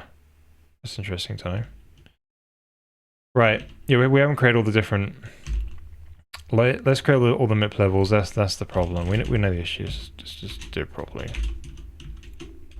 Right, so after done all these BC compress, these BC compress need to happen for every single MIP level. So, let's get the code out. So we need to go over all of the MIP levels. So MIP 0 from...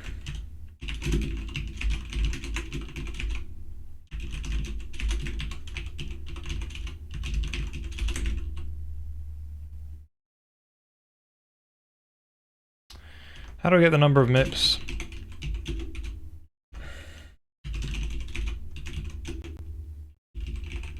That one. As I would expect it to be called. So yeah, we say, hey, how many MIP levels have we got? It should just be set to constant, right? Oh, no, I'll do that. Yeah, now albedo, nice. Go to MIPS, over all these, right.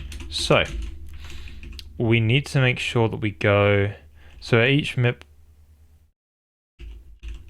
we need to add that GPU resource offset ID offset. So effectively, storage images kind of suck. They don't allow you to access different MIP levels for some reason. Well,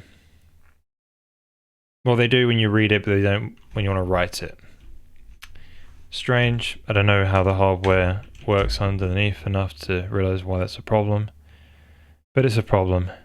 So we need to. So effectively, what we do is we have an ID for a resource, for like a texture, and that first one is the actual texture. Then after that, we create a bunch of texture views, which basically alias all of the MIP levels one by one, and allows us to,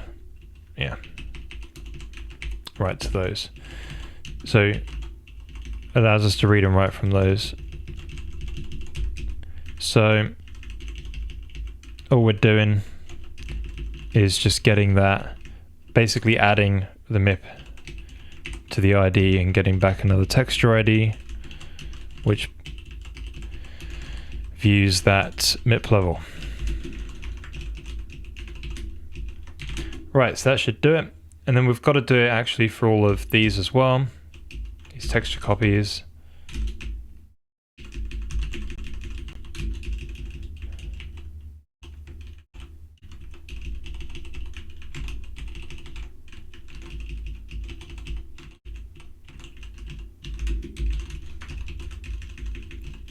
And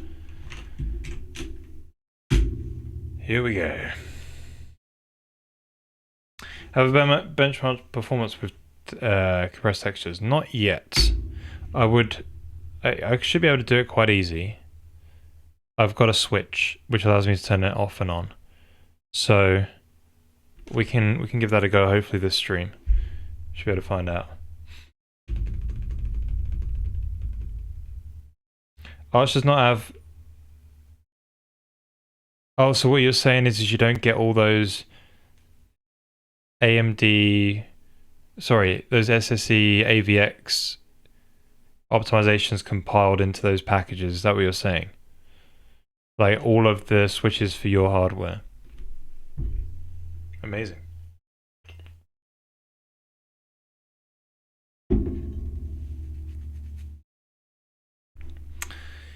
Gen 2A. Don't have to build all the software.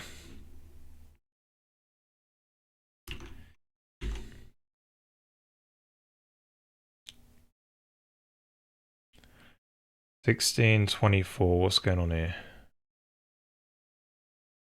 Why are you at one MIP level?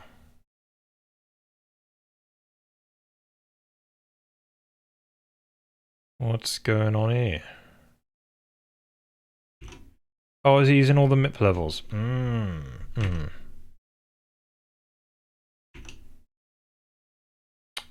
Of course. Right, so that's interesting. So when you use a texture copy,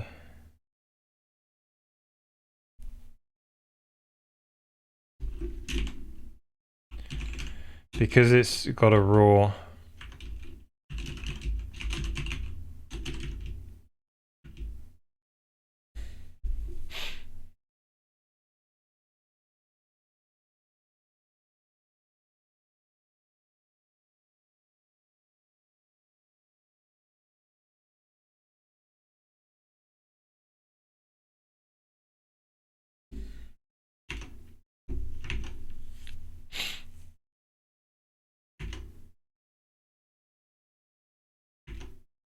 $16.26.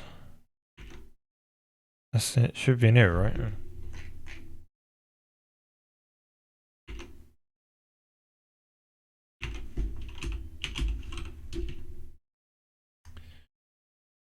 Those line numbers are well off. What the crap's going on here?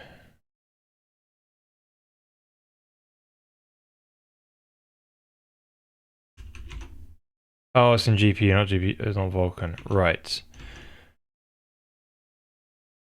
Okay. So it's been created with one MIP level. Huh? Why is that?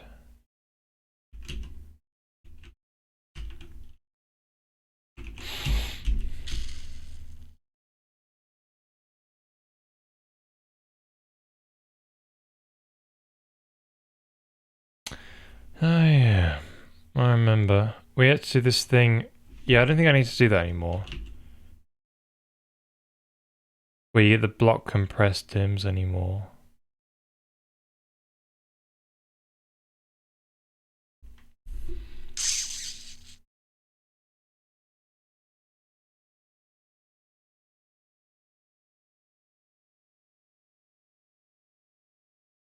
Yeah, so that goes all the way down to 1 by 1 pixel.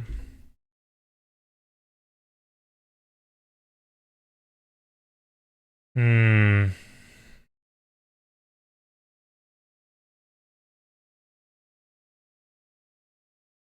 So for know which they update with a 10-month delay or something. Oh.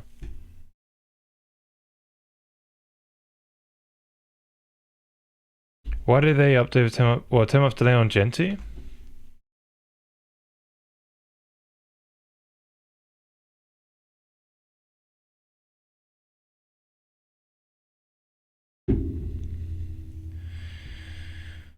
Right. So I should be able to get away with a 1 by 1.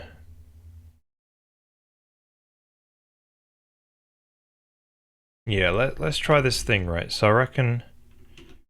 How many MIPS has it got?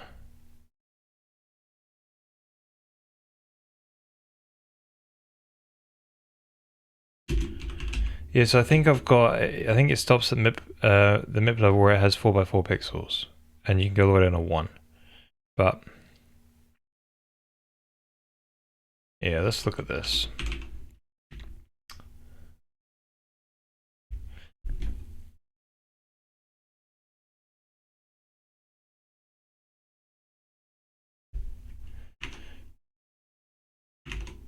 Destination...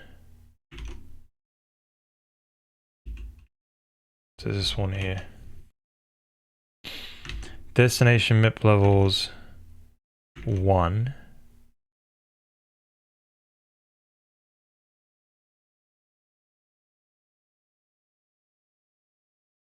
Right, this is not right.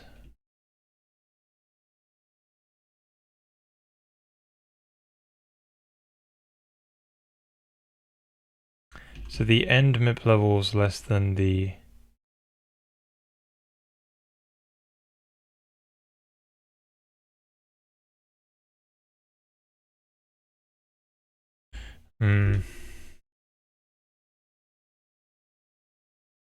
So I'm making sure that the end, so that would be 10.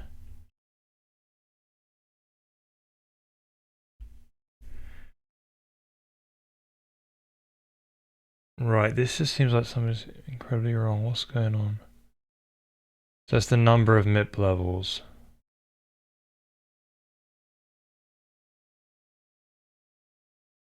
Right, it's the amount that we copy and make sure it's less than or equal to. Right, okay, so...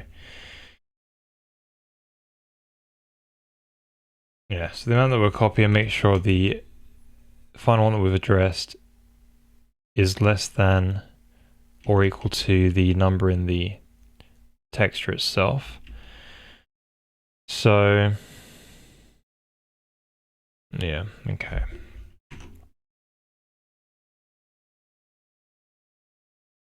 So there's only 1 in the destination, but then there's 10. It's trying to copy. Seems really...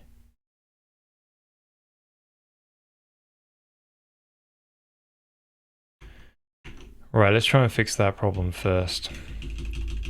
So that's in 1487.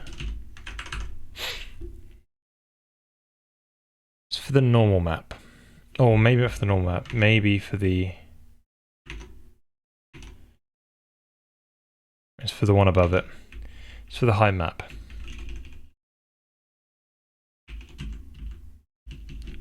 Huh.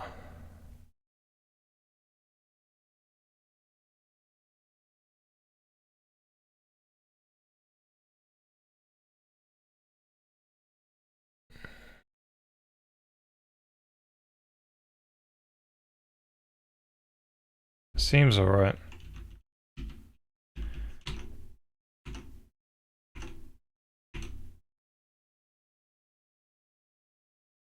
See, I wonder why the height map is the odd one out. Yeah.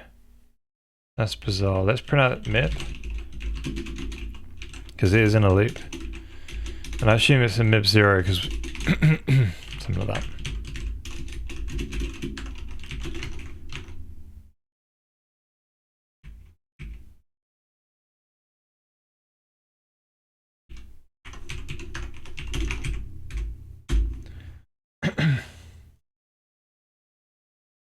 Alright.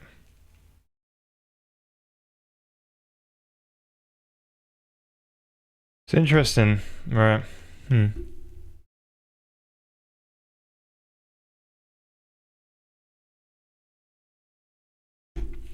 Yeah, there's a lot of packages with KDE, that's right. But it seems to be quite alright though. It runs pretty well even on low-end hardware. Even though it's very C++y. Right, so one...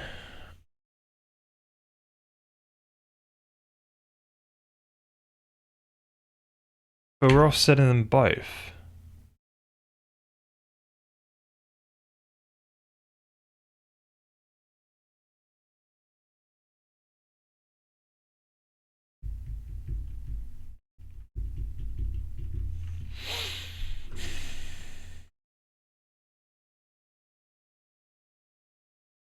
Why are the other ones working but this one's not?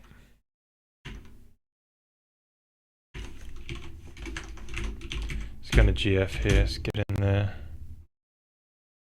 Nah, I don't want to do it. Alright.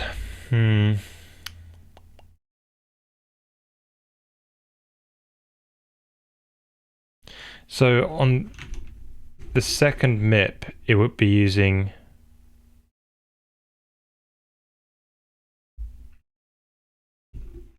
It's only got one... Right, it'll be using the texture view. Yeah, I don't have to be doing this.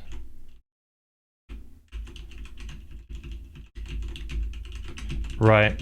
Yeah, so I think it's something where it's using the texture view and then for some reason, yeah, maybe we can fix that though. It should only be copying one MIP at a time. Yeah, that's a bug in the texture copy, we'll fix it. So it's to do with when you create a texture view, the number of MIP levels in the destination texture should be 1, but the end MIP levels is plus the amount that we're copying. Now copying was 0, which means that it would have automatically calculated it, right? So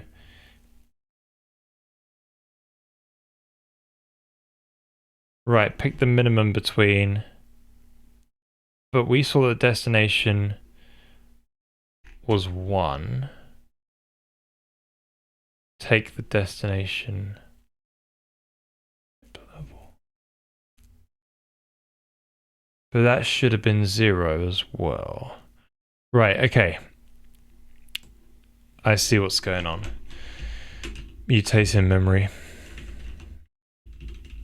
Whoops.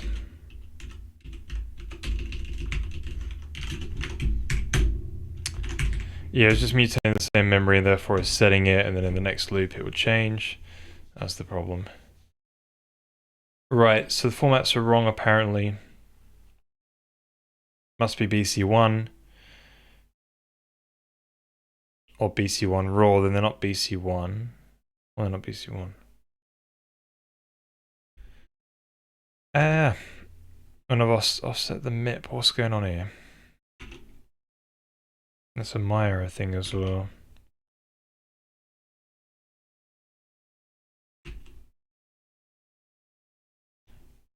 Output, input. What's going on here? BC1. That's what albedo is. What is it set to then?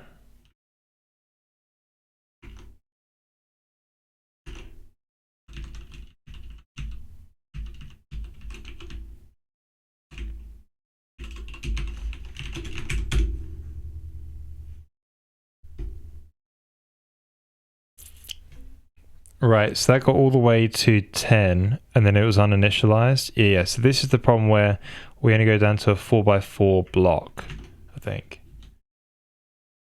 Yeah, and it's using the uncompressed. Yeah, so I want to try and go down to 1x1 pixel even with block compressed and see if that works. I'm pretty sure it does. But I just got to be careful with my block compressor that we don't sample outside the bounds of the... No, we can sample outside. We've got a clamp sampler. It should be fine. Yeah, it's just the writing. It's just when it writes. Yeah. I think that'll do it. Yeah, no, it should be fine. So let's make sure we correct that. So there's a piece of code which allows us to calculate the number of MIP levels based on the texture size, and I passed in like some... Yeah, so I want to see if we can get this to work. This would be good. So I changed it recently to sort of say material, or sorry, max MIP, or MIP.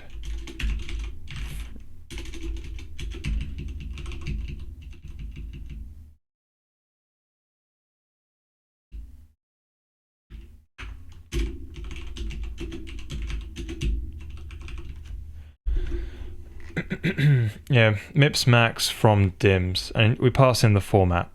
Maybe we don't have to do this anymore. So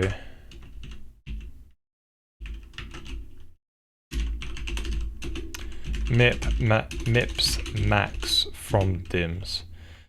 So that's so we do this sort of get the block compressed. Let's see if we can just get rid of it now.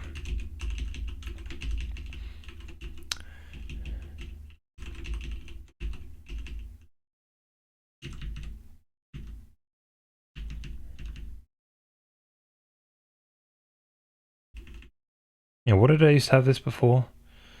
Anyway, we'll just pass in 1.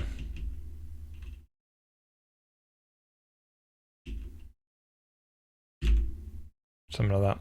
That'll do. Changing the header file.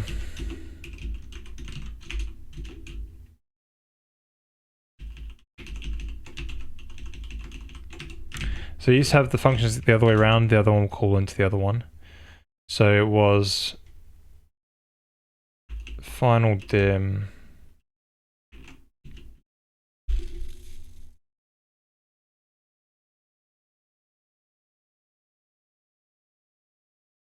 Yeah, so that gets you the number of MIPS for those dims.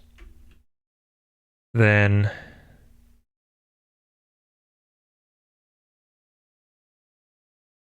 if MIPS is greater than the final dim,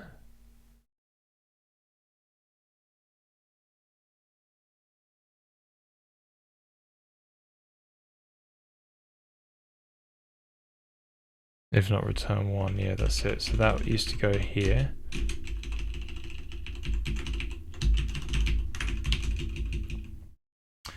And then this would call into this one.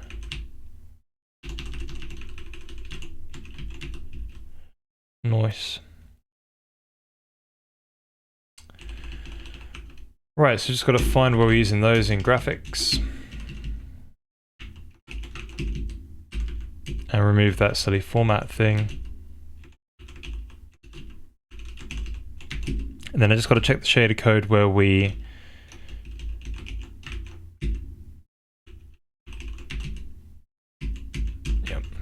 So this calculates how many MIP levels do we need to get down to an 8x8 texture, basically. So, well, something like that. Or sorry, where the smallest dimension is 8 in size. So we just got to change the, well, maybe not change, but just check the block compress. So the load code uses a sampler, uses the clamp linear sampler. So all of the texels that it's loading will be they'll be clamped. So if they go out of range, they'll get the same value basically. And then they shouldn't be used. Yeah, it might just work. It should just work fine. So you still write out the final block with just some texels with some that shouldn't really be there, but it should be fine. But they'll repeat the same as the first pixel data. Right, I was hoping that would look fine now, but it's... Anyway. So it should go all the way down to albedo. Right, here's our... Should go all the way down to 1 by 1 pixel now. There it is. 1 by 1. But it's showing up black still, so we've not done the copy correct. Oh, that's not good, is it? Right, something's fishy there.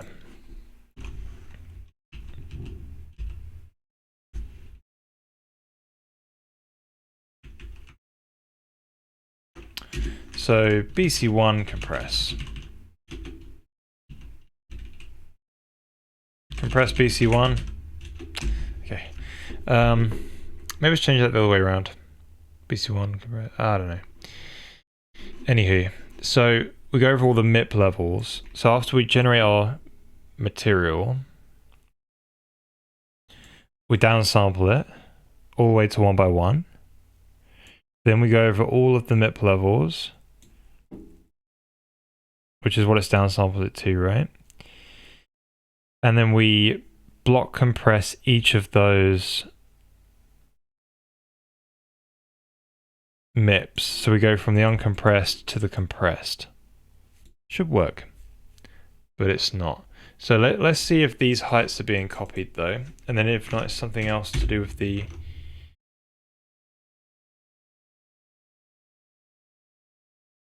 Yeah. So see if the height... So they're not block compressed, they're just copied. There's the height. Are the other MIPs working? Yeah, it seems like that's going alright. There you go. There's the 8 by 8. It's looking good. So they're copying. So it's something to do with maybe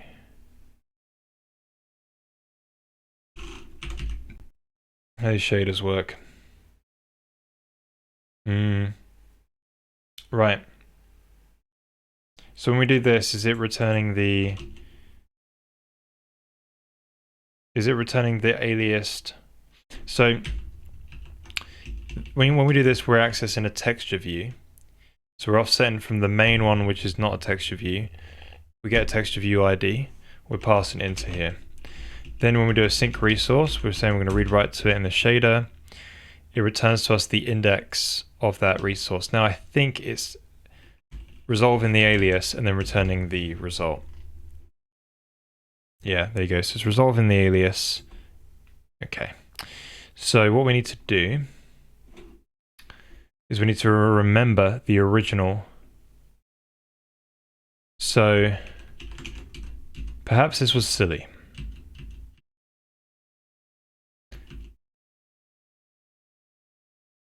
Yeah, 1 minute.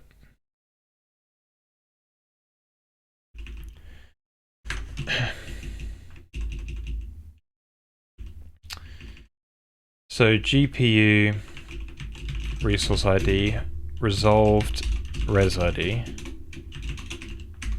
Yep. And here we'll change the resolved res ID.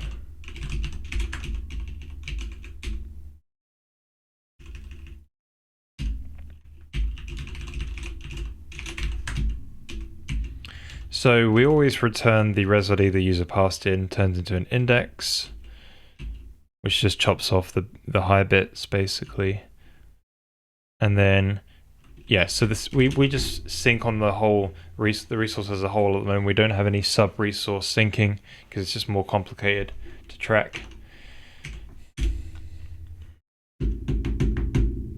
So that should produce the correct result. Ah, we're getting closer. It's still wrong though. It seems like we've got a... Yeah, I think we've got an upside down texture problem. Looks cool though. Look, there's one off in the distance. Yeah, I think we're an upside down texture problem. I don't know though, but we can... Let's turn that off where it keeps regenerating at every frame because I don't think we need that anymore. And I don't want to forget to turn it off. Cache load. Yes, we call it cache load. There is a... Oh, I did remove it. Hang on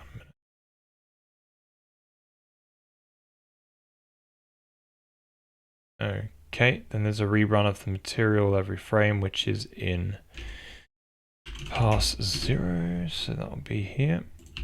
Alright, so now we've got good frame rate again.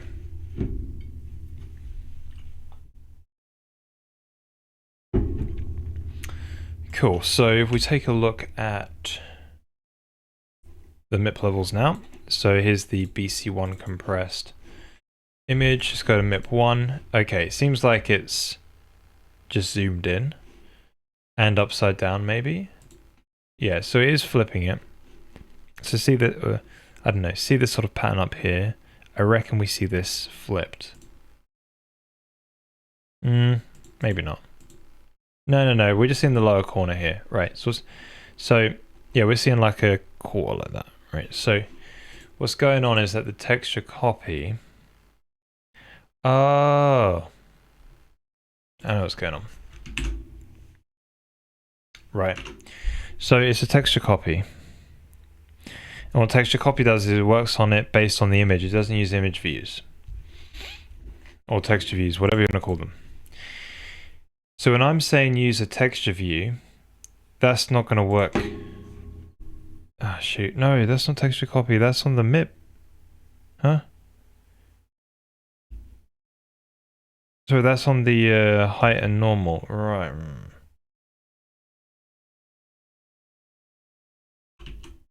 Interesting. Ah, so I'm getting these output dims. Right. So this... okay. So this texture... Oh, crap. Is it really not changing the output? Like the texture dims when we take a... When we have a texture view, which targets a sub-resource of one of the MIP levels, it's not changing... Right. Yes, we're not doing that in the GPU layer. So when we create a texture view, what we're not doing, you see this here where we copy over everything. And there's the dims in here, right? So if lifetime static, set the dims. Now that we need to do the magic, max bit shift right with a scalar based on the resource texture base MIP level and 1, because we're going to max it with 1 because you can't have a 0 dimension, right? So I was missing that, and I was probably missing it in the temporary resources, the ones that get allocated per frame. So they're like a bump allocator in a sense type of thing, you know, they're like a frame allocation per frame, but it's not bumps, it's kind of heap allocated, so we can free while put in the frame and overlap images if their lifetimes are different, basically, which is quite cool. So we get to save a lot of VRAM there, hopefully. Maybe. We'll see. But yeah, so we got this here. So there's a texture view, sort of like a temp resource alloc maybe thing going on. Or is it called alloc? Yeah, temp texture view alloc. So here we need to plop that down there. Nice. So that should be the fix now. So it was using the wrong dimensions and therefore sampling the lower left corner or something like this. And what the crap is going on here? When did I change this? Did I have a cursor down already?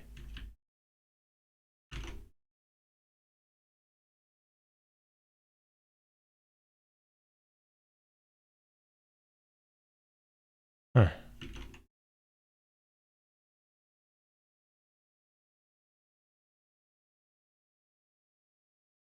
Oh, I must have had a... Oh, I changed it right there. Alright. Must have pressed the button. Right, here we go.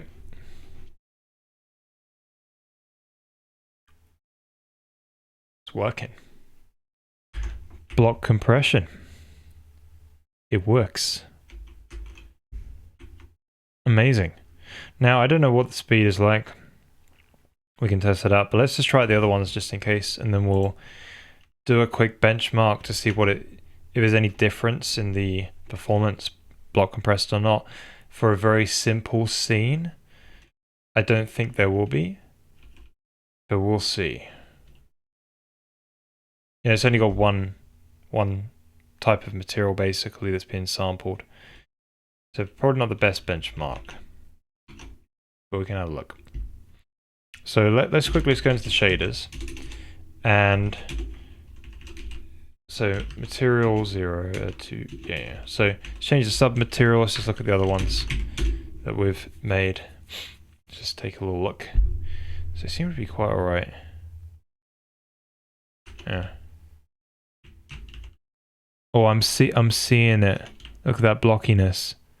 Oh, ugly. Maybe you won't notice if it's a bit further away, but yeah, I'm seeing it.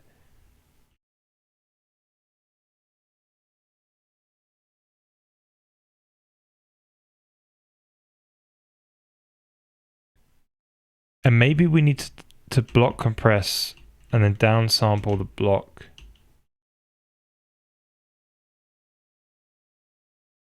Yeah, it might be something we should do, because I'm seeing this sort of like weird popping basically. Wait, why am I seeing weird popping? It should be... Shouldn't it be going linearly between the sample? Have we not got linear sampling happening on the MIP levels? Is it nearest for some reason? I'll have a look at that. Here's this other one. Yeah, we're seeing the sort of... It's quite blocky, isn't it? Maybe we're better off trying to use a higher quality one. But that's quite a lot more work to do that. But from here it doesn't look so bad. But I guess it's just when you're close up, you start to see it. Yeah, so there's two things. It might just be the nature of BC1 just being very poor.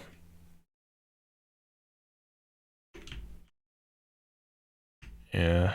We want to sort out these normals today as well. So it could just be the nature of BC1, or it could just be that our block compressor that we've implemented is not doing the best of jobs. So there's a couple of things to look into there. Right, so I wanted to quickly look at the problem with... Well, yeah, let's look at the performance thing and just see what happened, see what it's like. I don't know.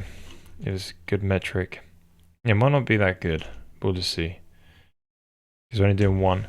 So for this particular one, we've got this shade, and it's about 0.26 milliseconds. Seems pretty constant there. So that's where it is the shading for the material. So if I turn off, I wonder if it will make a difference, because we're not really doing tons of materials. So turn it off, we'll regenerate the code, run it.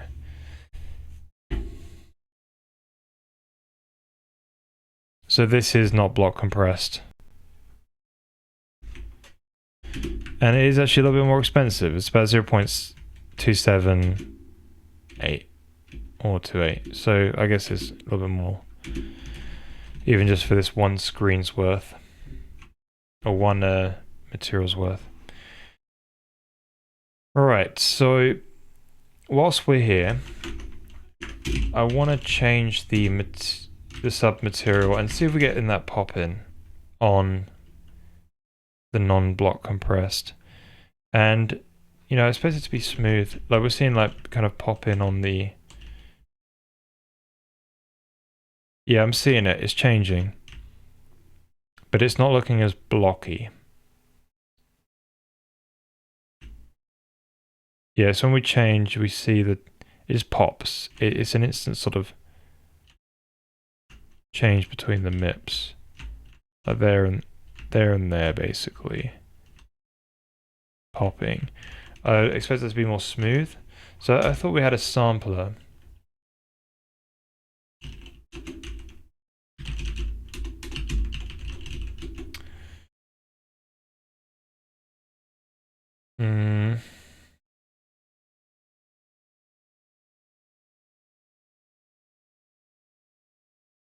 Yeah, probably the address mode, right? Mipmap mode.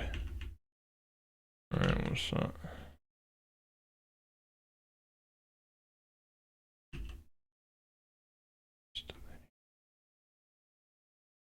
Yeah, so... Right, what are we doing in... I think it's in GPU. Clamp linear.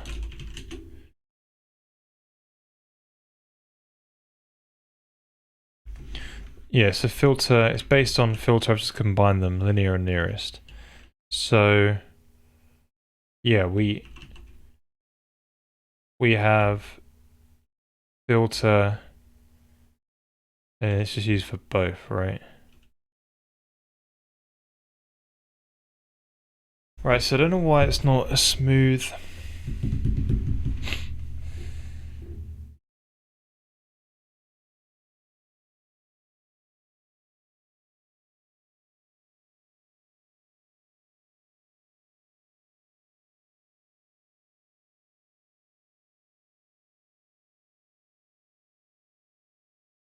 Let's take a look at the material shading code. Count surface color.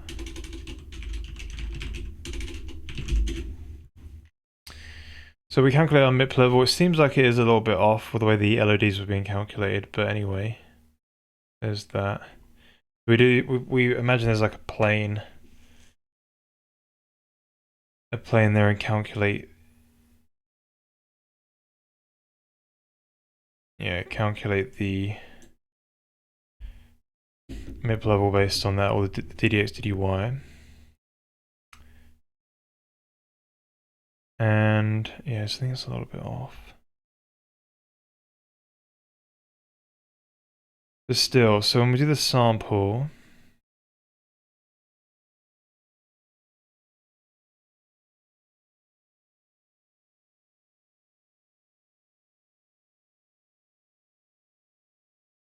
and this is based on the depth, so it's going to be smooth, right? So this is not randomly changing.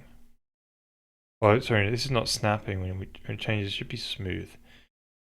And we use it, the sampler we're using is a, oh, mirror repeat. Why is it a mirror repeat? That was from the days of, right, whoops. That's not going to be the problem though. That's from using octahedral maps. Not doing that anymore. But I wonder if that's causing the issue.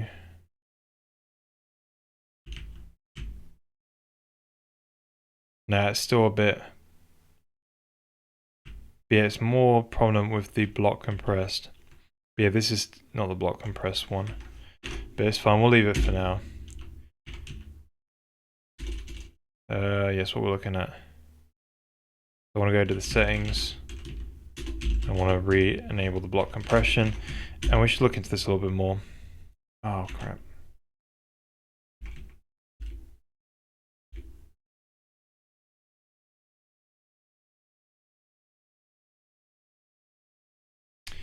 Okay. So yeah, it is looking a bit blocky. Let's take a look at it in the texture view. So yeah, you can tell, look at that. Ooh.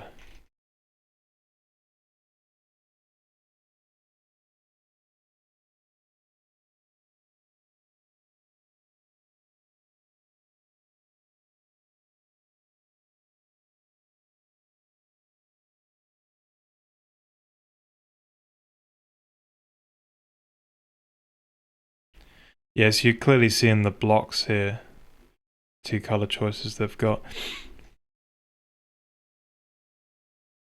But at least it's working.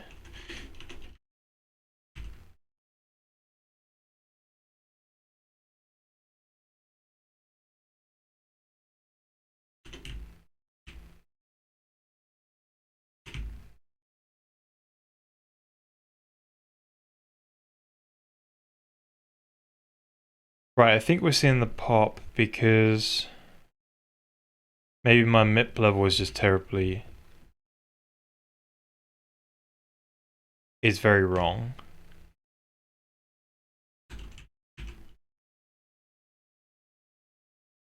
Yeah.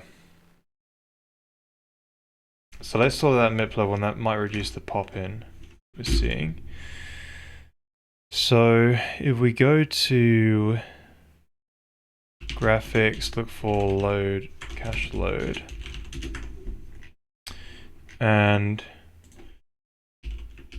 we're looking for the LODs. So here goes all the materials. LOD log 2. So it comes from the GPU. The GPU works out the LOD. We've managed to find a way to do it quite cheap if we limit ourselves to 1024 materials on the screen. So it should be enough. So we feed it back from the GPU and then load it in basically. So I want to know what that is. Do we do the decay thing? Yeah, we did the decay in the end. So if it's greater on the GPU, if it feeds back a value that's greater, it instantly sets it to it. But if it's not, it will just decay down and basically.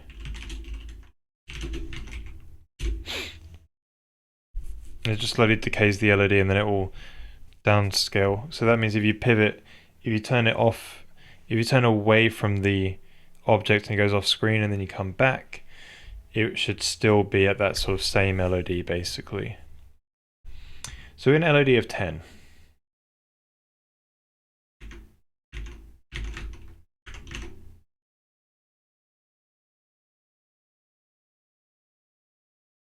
Right. Oh, that's in log 2. Then it raises. Oh, there's a min max.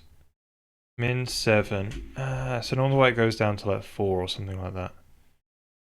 Wait, what's going on?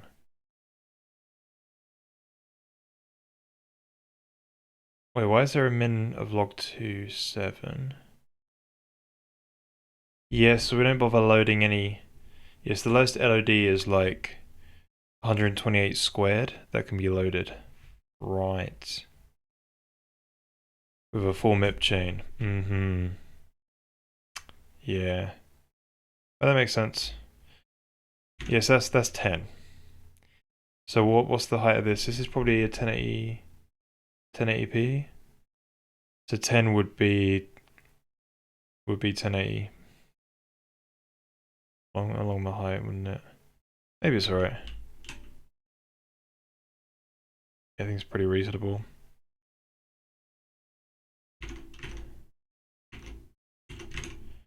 Right.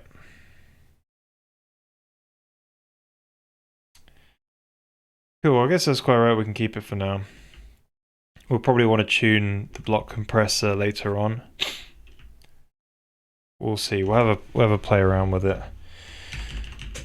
Right, so the next thing that we want to get sussed at today is the normal maps.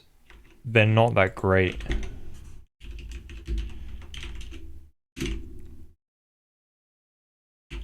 for a very particular example that we have. And I want to be able to block compress them such that we, again, use less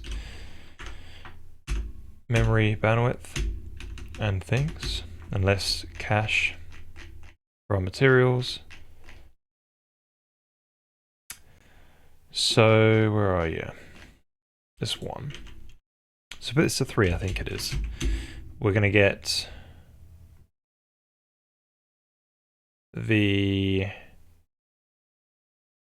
this guy. Here we go. So the normals on this look very stretched. Like if you see this here, it looks like it's basically pointing to the same pixel, and then, you know, it's not showing us. It doesn't look that smooth, right? I want it to be this sort of like nice rounded thing. And the reason why is I think because we're using the Voronoi noise. Here's the height map, we're using the Voronoi noise, and it's basically getting a distance from the edge of the edge. This is the edge, it's getting a distance from that edge, and that's the height that we're using. But it's linear.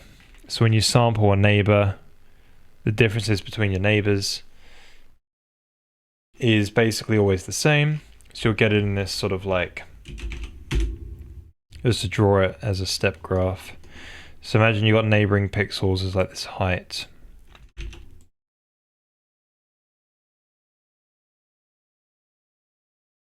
It's like a smooth staircase kind of step, right? So this is a pixel, that's the next pixel, the next one, the next one, the next one, right? What is the height of each pixel? So whenever you create a normal from that, well, guess what? They're all getting the same normal, pointing that way. Kinda. The heights would be just a little bit different. So what we need to probably do is change the way we make the height map in our material to be non-linear. So we need to add some non-linearity to it. So we could probably just use the power operation that we've got to basically make our steps be a little bit bigger and bigger and bigger each time, or probably smaller and smaller. We want it the other way around. So, but if we did it this way, for this, in this case, you get one normal that like that, one normal like that, and then the next normal like that. So you'll see it sort of goes out. Wait, do you want it to go that way? Yeah, and then I guess this one will just go like that, you know, so that means it's very sort of, I don't know. If you did it the other way around, you get more of a, so imagine it's like that, and then like that. Oh, hang on a minute.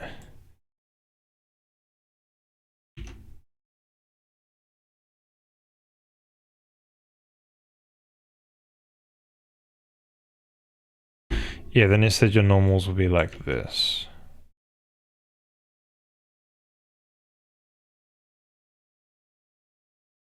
And then they won't be pointing to basically the same pixel anymore. So they're, yeah, so they'll be more different. They'll be pointing to the same pixels in the cube map.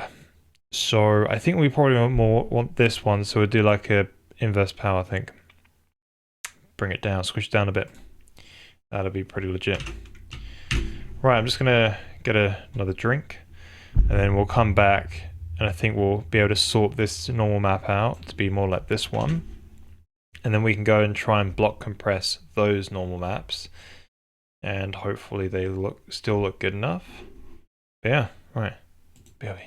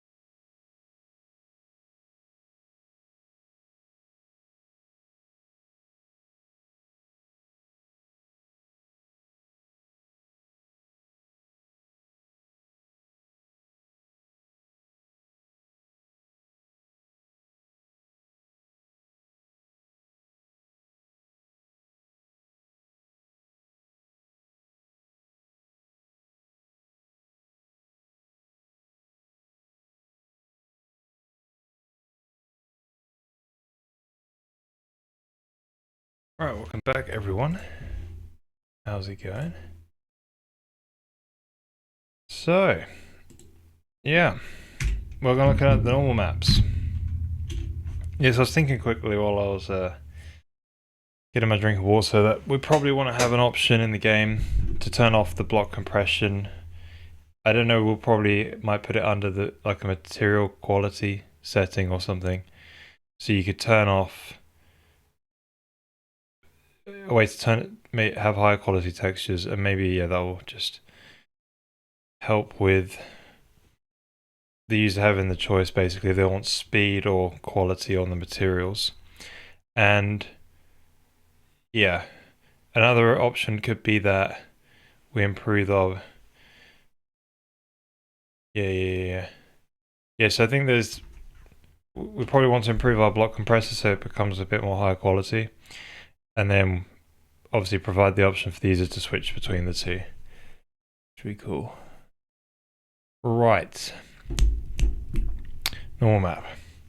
So on that, what one was it that we wanted to try on? I think it was the one was on. Okay, so those normals are basically all pointing the same way, and it looks really bad. It doesn't look good. And the way it's just looks like it's stretching just a very few pixels basically, maybe. I want to see more of the environment map in the reflections. So we, drew this out to sort of say how it's kind of working. So yeah, the way it works is you take a 2x2 set of pixels or something like this. This pixel takes us right one, takes us left one, gets the difference of the height, and basically works out the normal. So from that's all it's doing. So currently it's like a kind of staircase like this, where it's going to produce the same normals that point the exact same way, because the difference is basically the same between all those pixels around about. So if we sort of power or an inverse power, so if we power it looks like this, where it'll sort of look more steeper, whereas this one will be more of a shallower incline. So if we try and monkey around with the shader, so it's submaterial 3. So this is just the super crazy virtual machine, fractal virtual machine on the GPU, as you do. So basically we've do some Voronoi noise, and that guesses a distance to the edge of the Voronoi noise cell. So that's a linear distance to the edge, and we use that as the height. So we push on an immediate to say, like, basically how do you blend it with the layer behind it? There is no layer, so just put 1. It's got an alpha of 1 basically. This is the color grad, so it colors it's more than just color, it's kind of material grad, but anyway. So we've got albedo, emissive. Like, how does it convert this thing that it pushed on the stack? So it pushed on a Voronoi distance, pushed on 1. How does it translate this Voronoi distance into these material properties? So we've got albedo, emissive. So what height here? So I think we've got this sort of like lerp color space, but height isn't. Like, I might want to make it like this sort of color edge maybe be powered a bit. That'd be interesting, wouldn't it? You could power the result. Like, make it slower, but this is the way. So I think let's just follow this to the implementation. Yeah, so we lerp based on the alpha basically. So we color grad, the noise value goes in,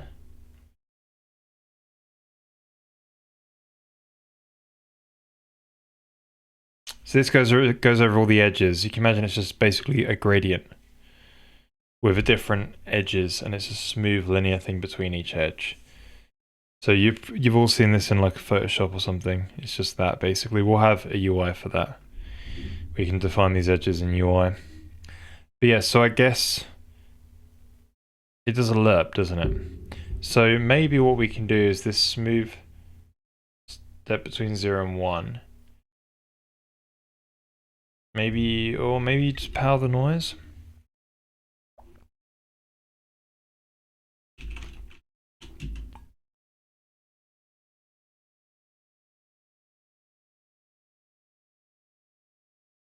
Yeah. How do you power the noise? This is the way. So inside here we can say, right, noise equal pow. So this number to the power of grad dot noise pow. Pow pow pow. So we'll do something like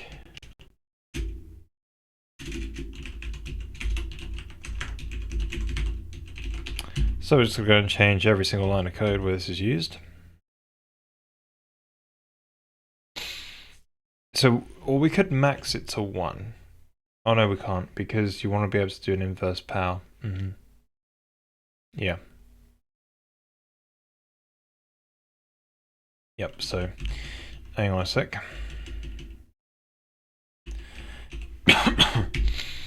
Noise pow. 1. Oh.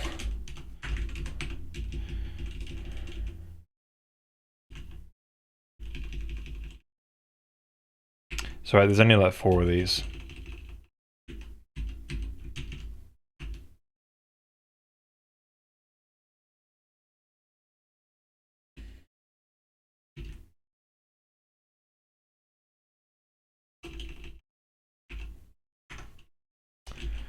Roughness, metalness, emissive, strength.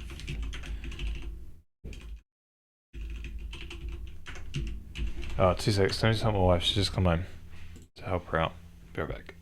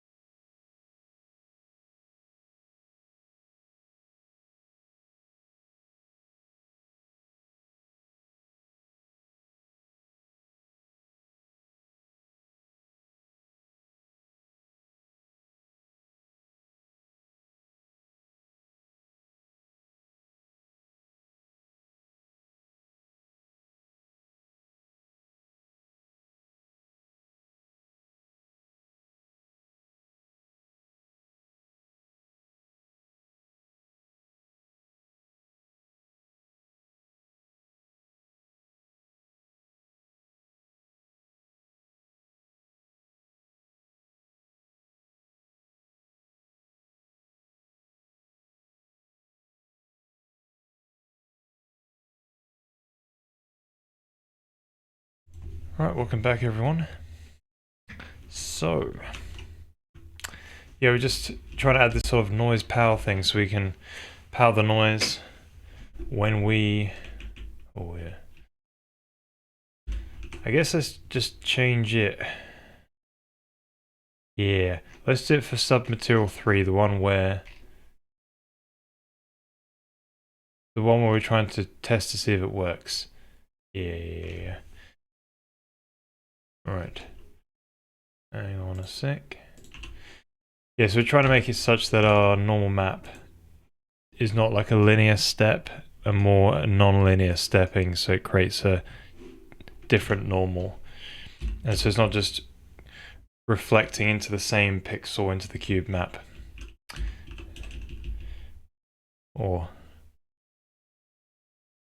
And hopefully we'll get something really funky. And then we'll try and block compress it and see how much worse it looks.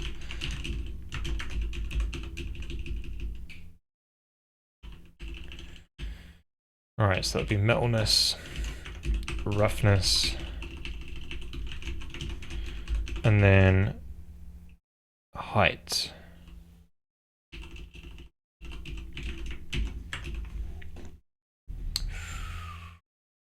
Yeah. Right, so this was the Veroni. Then we did a bit of simplex on top. Did it change the height? It doesn't change the height here, but we've still got to put this down though. So, wait, which one changes? It just does the roughness on top, like a roughness layer. Oh, and emissive strength. Yeah. Right, so roughness layer, and then emissive strength. Oh. Right, so let's have a bit of a play. Ah, shoot. These are all saying 5s.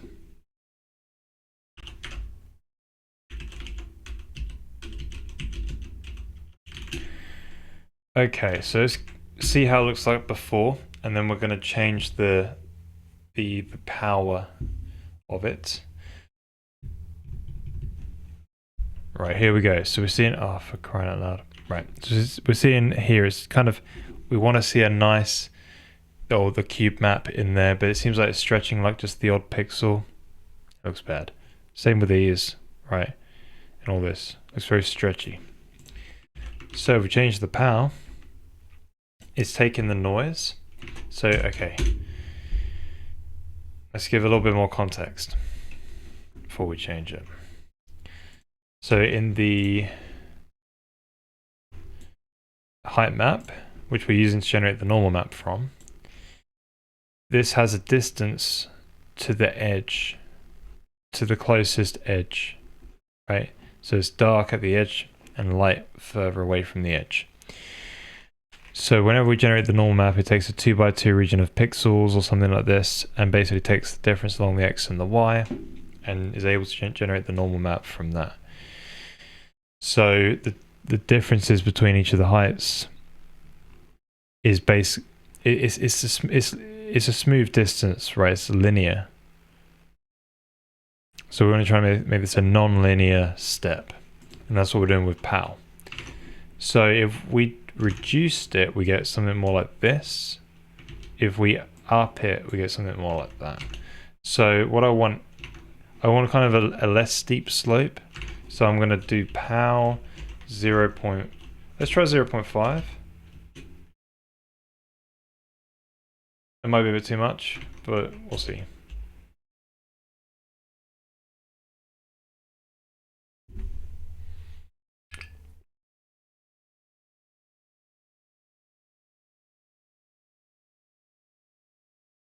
Right, they definitely changed the material and the way it looks.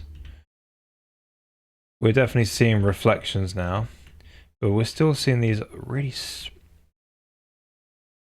these slopes which are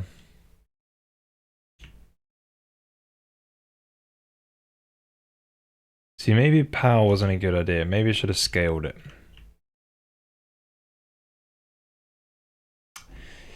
We'll just go would have been fine. Yeah, power might have been too much. Maybe we should have just used...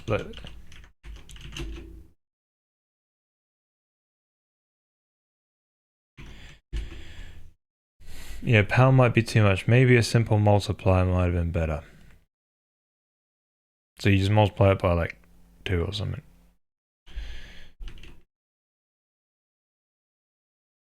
Yeah, maybe power's a bit too much, but alright, so let's change it just a sec. Let's go to where we do noise power. So maybe we can have a scale and offset instead, but let's just see what happens. Let's see what happens if we multiply. Might be enough.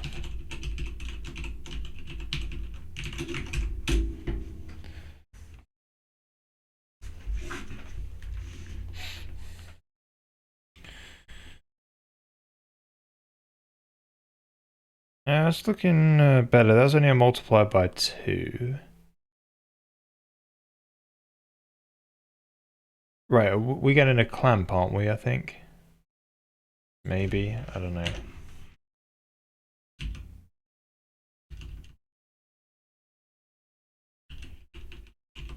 So it'd be better if I hot code reloaded this. So let me turn on some of the extra things for that.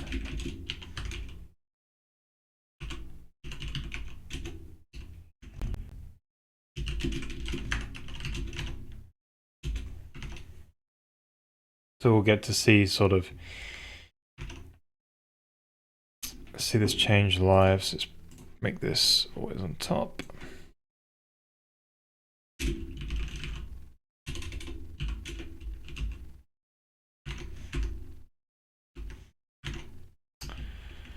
Right, so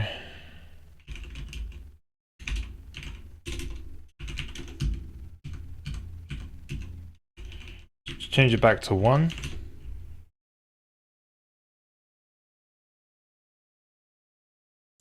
Right. Interesting. So let's change it to 4. I guess it's going to shrink a lot then.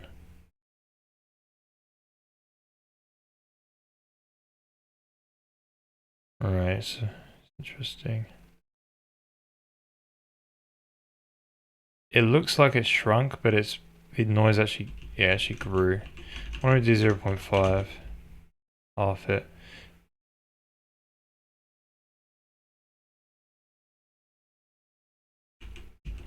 0.8.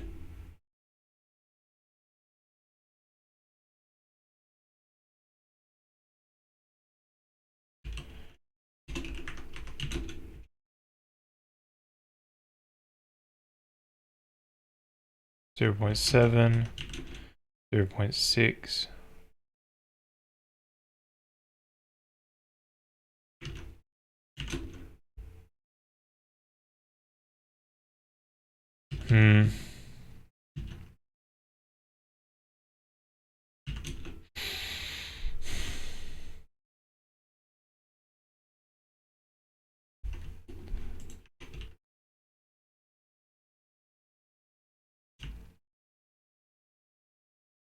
See, I think they're clamped, isn't it? That's the problem. So they're...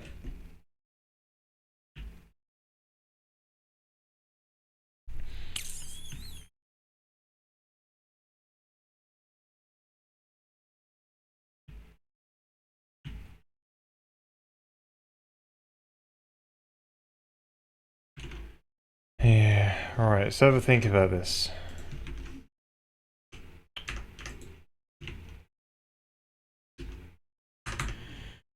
Right.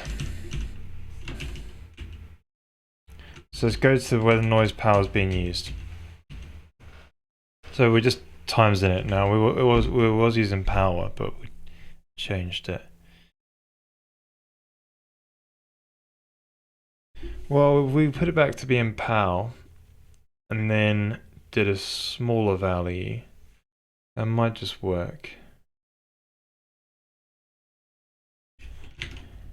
Let's try it.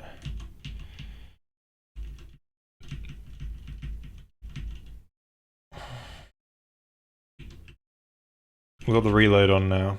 Let's put it back to 1. Hey, Elite Plaster. Are you Harry Potter? Maybe. Maybe I'm his programming cousin. Just a wizard of programming. Right.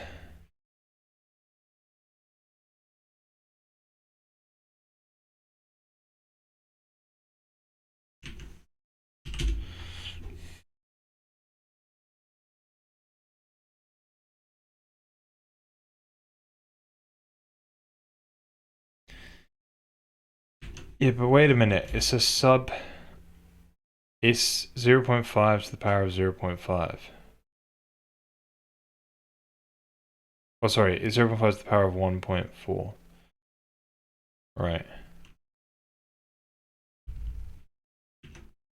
That's what it would be like, wouldn't it?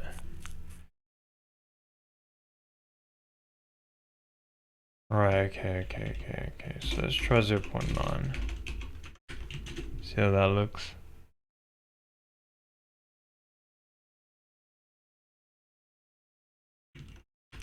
0.8.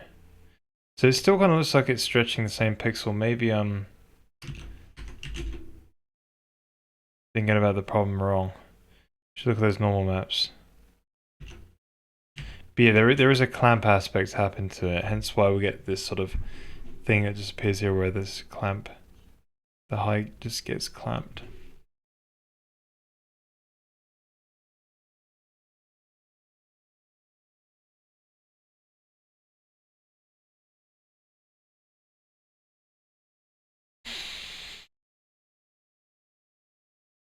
Yeah. I wonder if we added the bit of noise.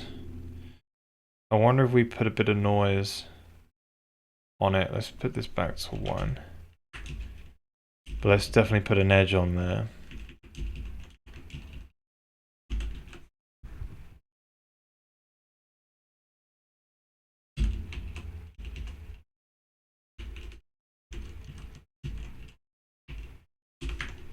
Let's try that out. So we're putting some simplex noise on top of it.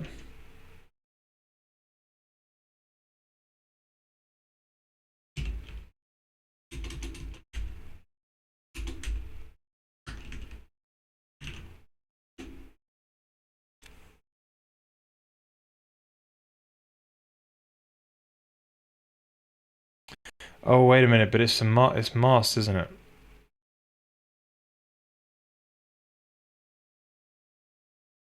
Oh yeah, it's masked with the same values as simplex.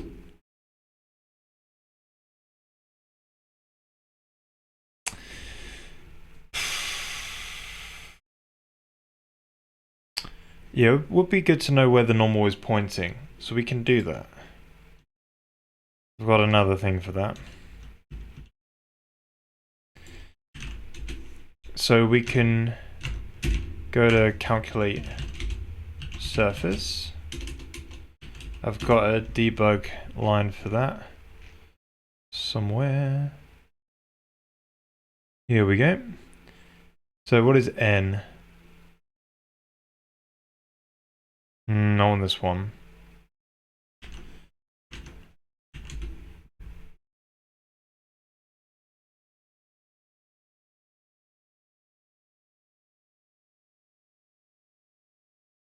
Yeah, it's pointing the same.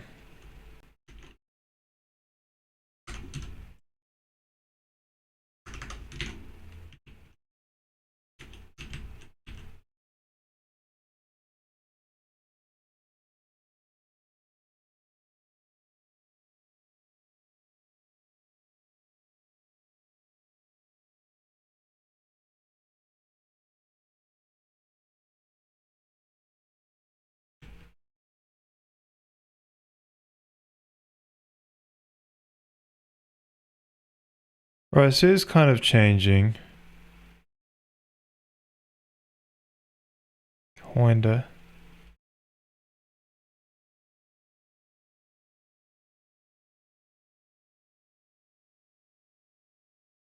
Hmm. Just a little bit. Yeah, maybe we just need a bit of scale, you know. But yeah, there is.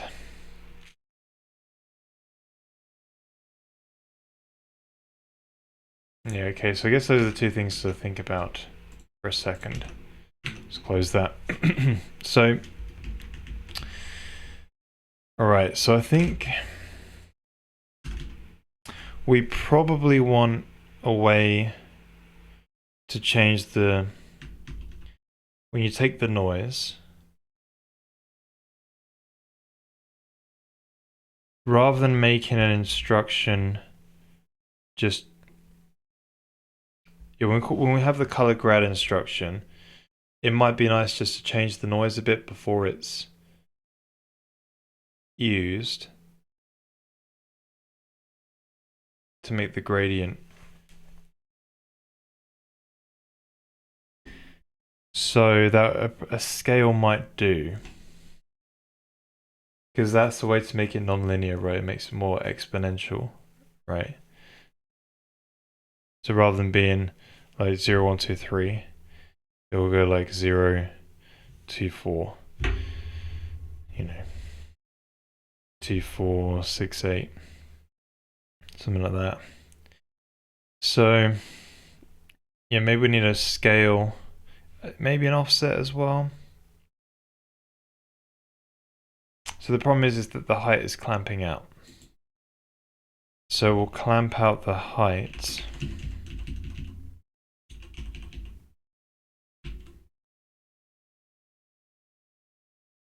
Because it's only 0 to 1. Well, all of them clamp out at 0 to 1. So that should be times 32. That should be times material.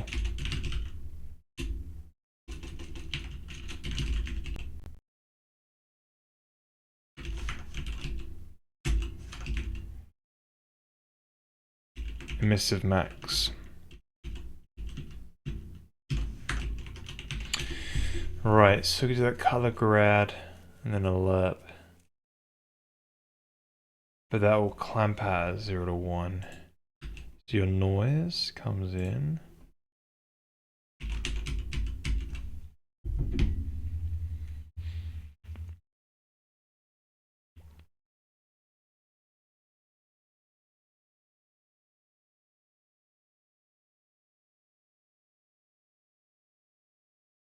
And it's 0 to 1.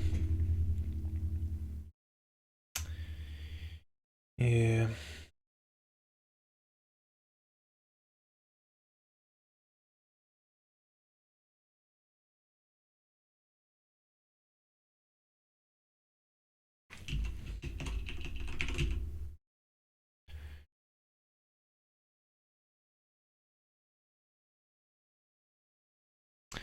Smooth step between the two edges.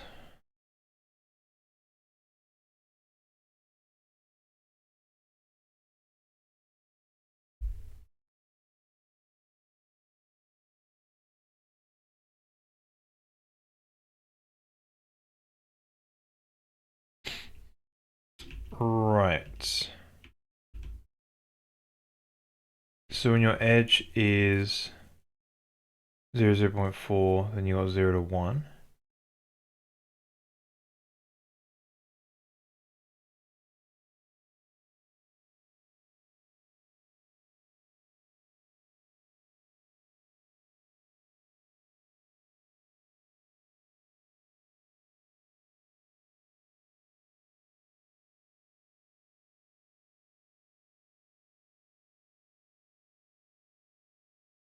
Yeah, so the problem is that the edge, right, so we multiply, okay, this is where the clamp is coming in too early.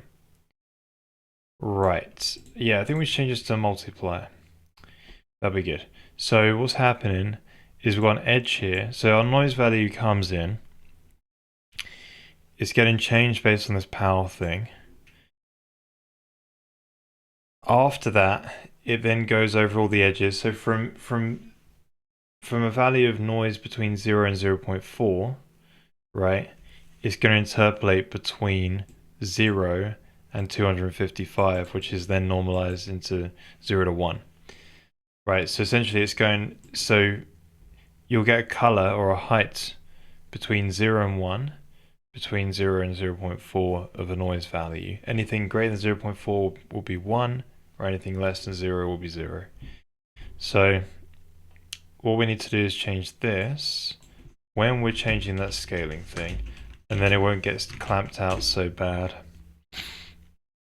Yeah, that's kind of the problem. So we should be able to test out then with our lovely... So it's going to look very short now. No biggie. But yeah, it all points the same way sort of thing. You can see it when I sort of do this, right? Kind of very much points the same way. These pixels here and these pixels here. Barely changes. So I reckon if we add... What crap's happening here? Oh, my laptop actually reports low battery. Thank you.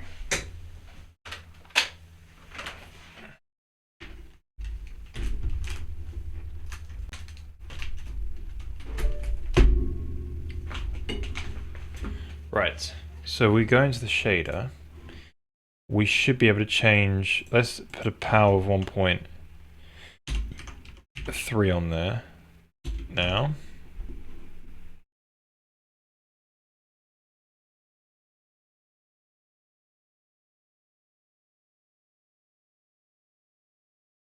It's changing a bit there, but...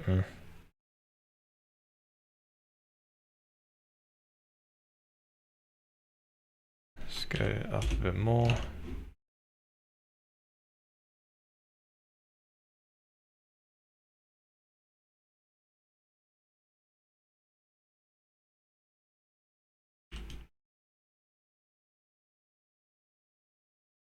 Still kind of flat there, but that's the top. I was talking more about the slopes. Maybe we shouldn't be using PAL. Alright. Alright, let's change this power to scale and see how well we go. Let's change it back to multiply. So let's tinker with this one for a bit. So we multiply by 2.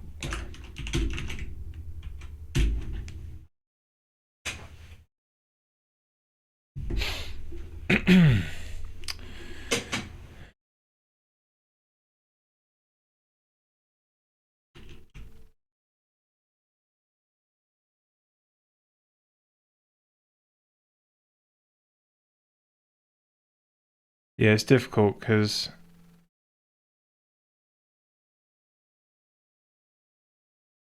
we could probably see it in the texture viewer, to be honest, and that might help debug what's going on a bit.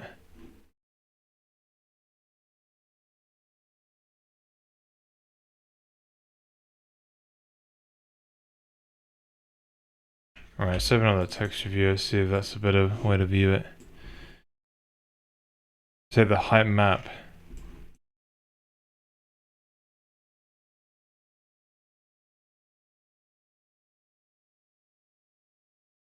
Is going to get clamped out at this point though, isn't it?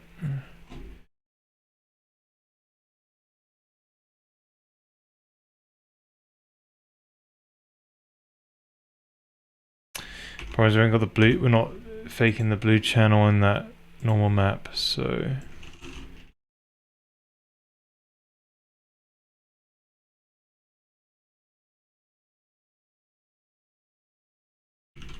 So change that to 2 from 3.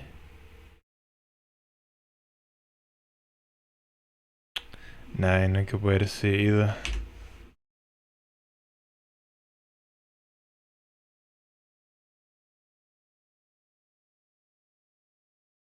But yeah, if I whack that up to like 8 or something, or 7, we're going to see a lot of, it's going to clamp out quite a lot.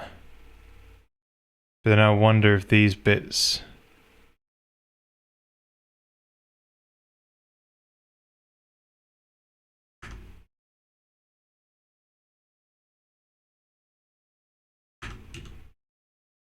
Huh.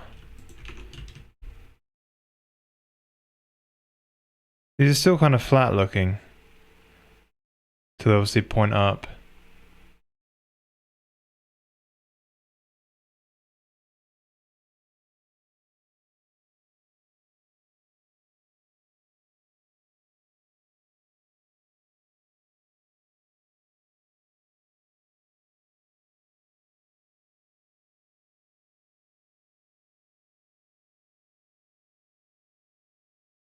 Yeah, it'd be nice if it was more.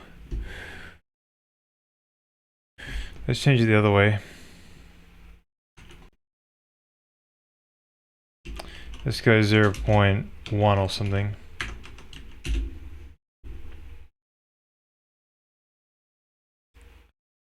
But in that case, if it is 0.1, we want to change the edge. The edge needs to be brought down now to 0. Probably 0.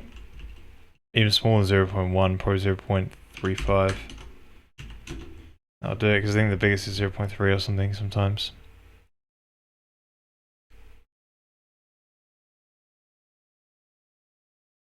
Yeah, I've just times it though. Yeah, it's not power, I've just times it, so...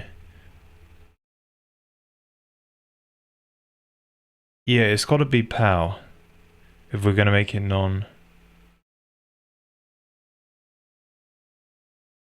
Is it? I've just scaled everything by 0.1 at this point.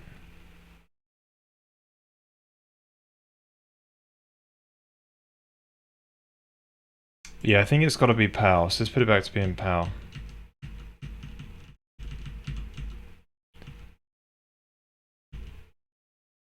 But we just got to be careful with power because it can get quite crazy.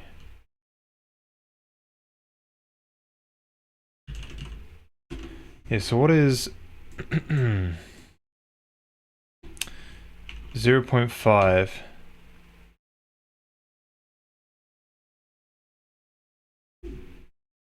to the power of 1.1? Right, so it actually goes down. Okay.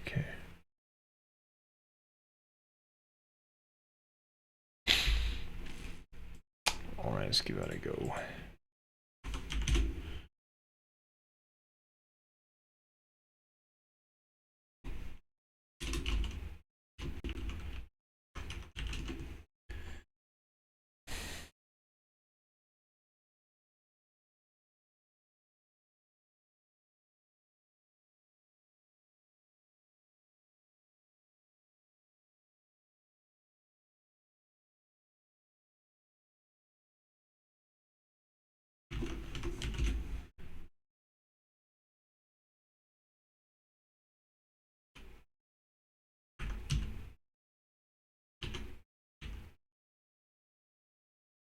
Oh, that's looking nicer.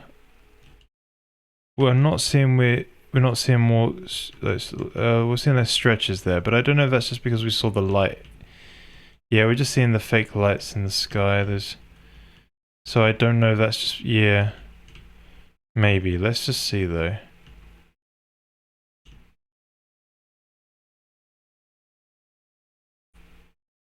Because I'm trying to make it so we're not seeing as much stretching. Let's look at those normals. See if we can get a...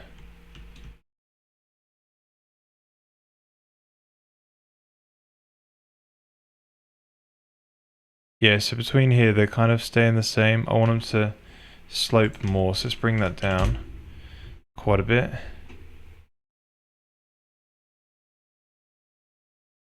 Right, that's more slopey. It's actually moving when we move the cursor now. Right, we might be onto something.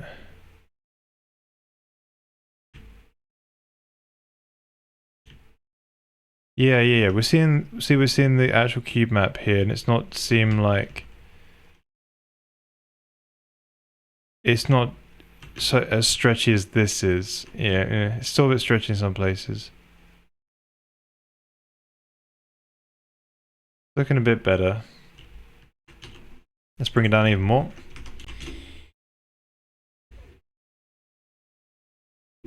Well, I knew we'll go too far. Oh, it's just looking so streaky again. Hmm.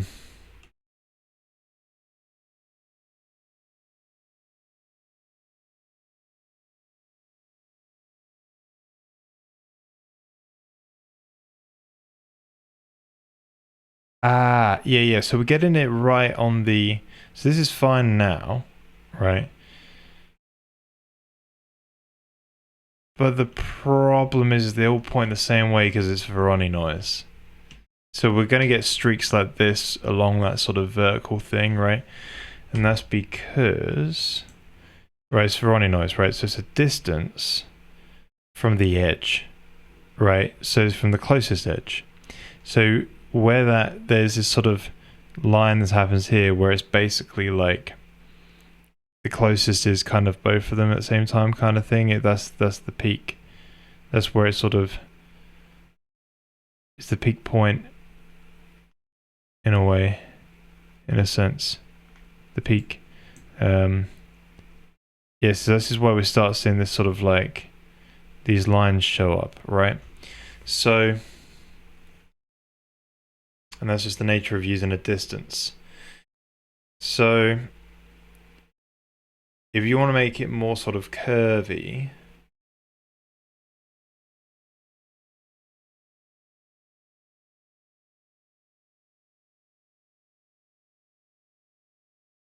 but yeah, so this is a good addition, adding this sort of PAL thing. It definitely makes a lot of sense. It's just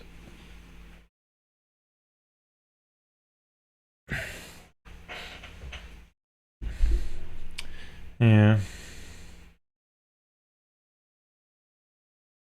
So you're still going to get those sort of streaks. That's just the nature of using Veroni noise, at least.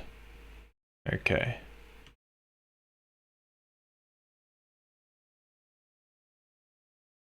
I wonder if the problem is just because of the Veroni noise and really the vector changing it that much doesn't matter, you know. Let me put it back to 1.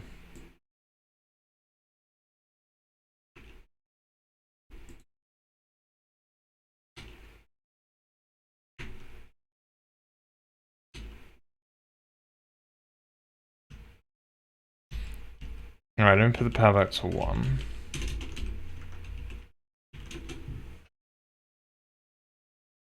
Perhaps it would be useful to render the height map as a mesh so you can turn it around and take a look at it. Yeah, I don't really have a mesh renderer though.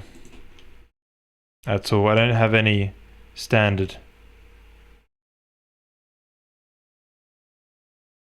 Anything standard. A standard rasterization pipeline, I don't have it.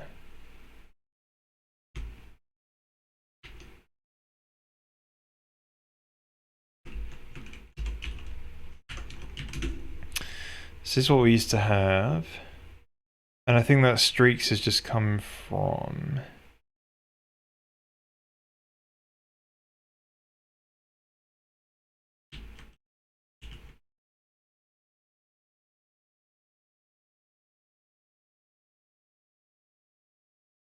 So I don't get to see those lights though. Like I do in the other...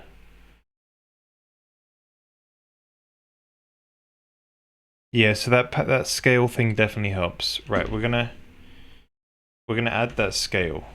Sorry, PAL thing. It's a good idea.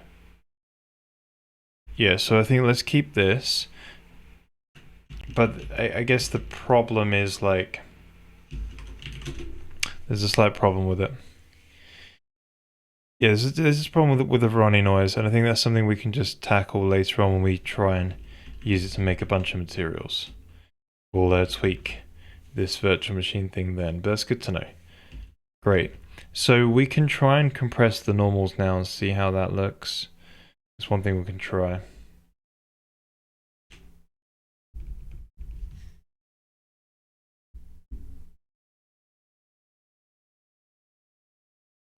How do you want the profile to look like? Can you draw it by hand?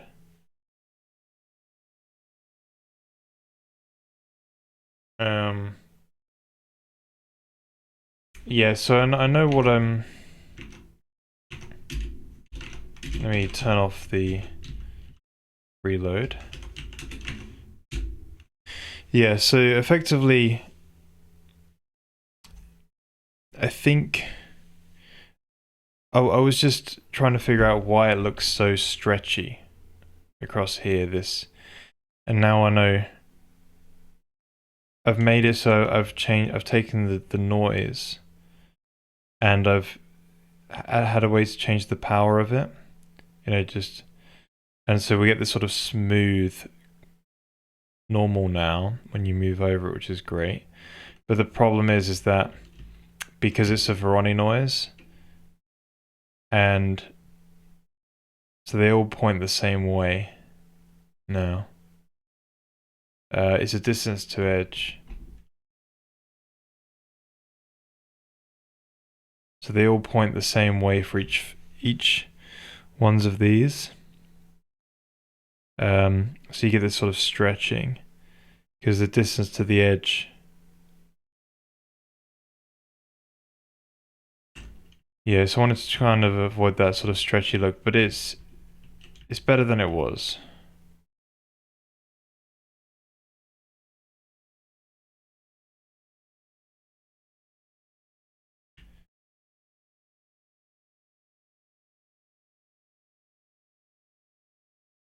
Like, it would be great if this was more rounded, basically, and less flat. If this face was more rounded. I just got to figure out a way how I can do that by changing the noise value.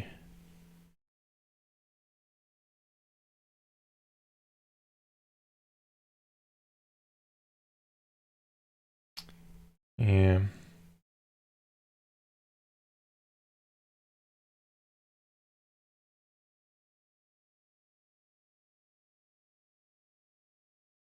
Yeah, we'll see.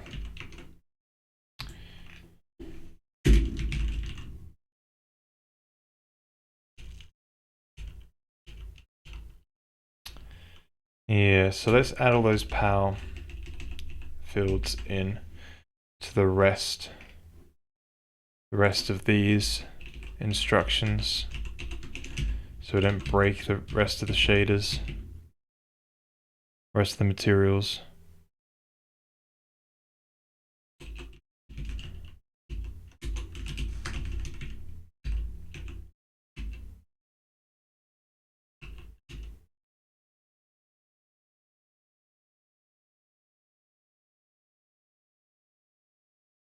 This one is it here, so it's albedo.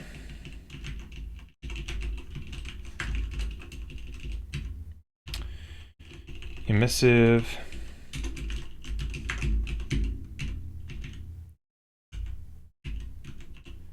Emissive strength. Metalness. And roughness.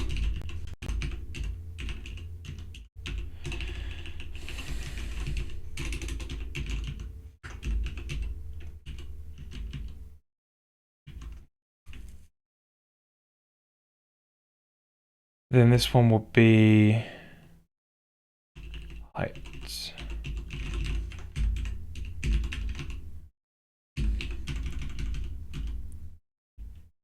Yeah, Misty for this one as well.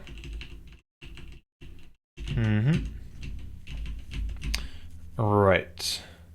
So submaterial 2 needs its ones changed as well. Albedo.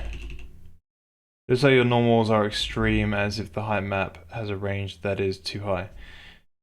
I think it can be even more visible if you render a tangent and cotangent together with the normal.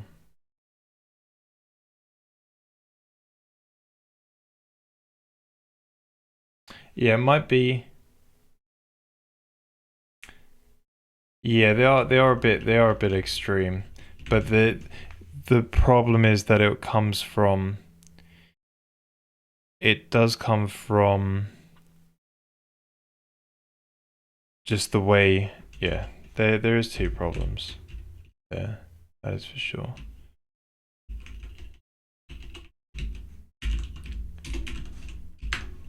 Right.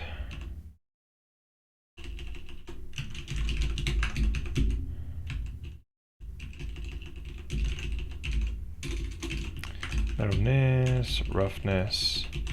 Man, I can't wait to have a UI for this thing. It's going to be so much easier to work with making materials. Right, so the other one was, we need that for the height column as well. And voila, so this one is material 3, I guess. Well, no, same material 2, just the second time. Albedo.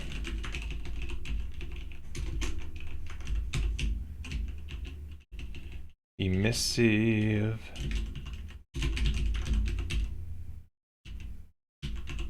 Emissive strength. Roughness. Oh, metalness, roughness.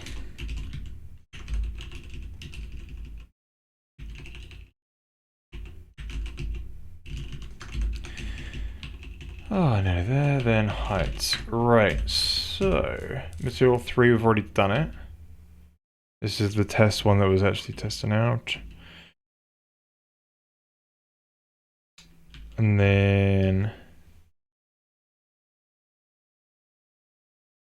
material 4 is just some other one. Okay, the final one.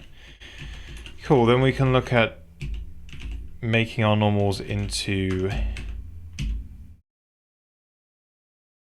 compressed, block compressed textures. It should be good enough. But again, we'll have the option for that.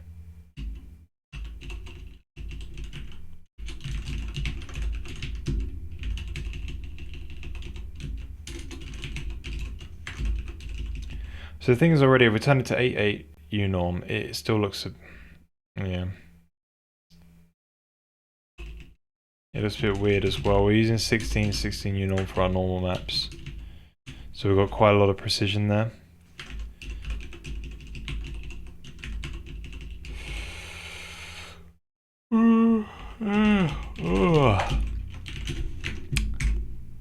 Right, let's give that a run. Well, this is going to be fun because I already tested this one out. Rightio, so if we go to the submaterial, let's go back to 0, we'll just run through them all quickly.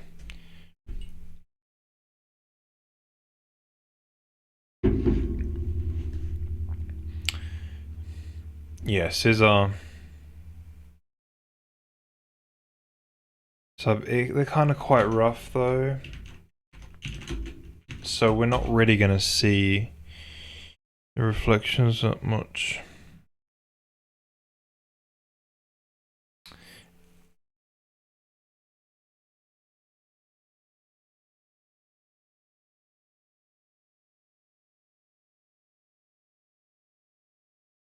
Yeah, it might be useful though. Yeah, this seems to be rendering okay. Submat 2.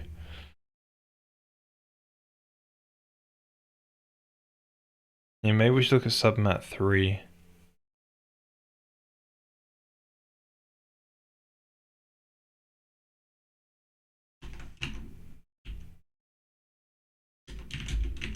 Right, 4 should still work. Yeah, we'll use submat 3 and we'll look at those. That's got the one with the smoothest normals. Right, I don't know what this one was meant to be, but there you go. Funky. Right, so I wanted to change the... So we'll take a screenshot of this and then we'll be able to... So I did F9, I think it is. No, F7, there we go. Takes the screenshot, writes it to screenshot buffer 1, so we've got it here. Well, let me not do that. Let's do it again. Cool. So, if we then go to the normal map, wherever that is, so normal res ID, we're changing the format now. So change it to 8.8 unorm. Now that means we'll have to monkey with quite a bit of things, so I need to look for 16 actually.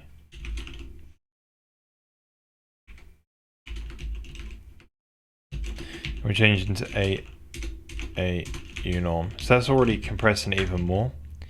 And then, so that's already compressing it, but it's not block compressing it, right? So, we'll change those. Got to change it in the shaders. Now we've got this normal one. This is the downsampler. There we go. Now the other one is in the shared header. The internal shared.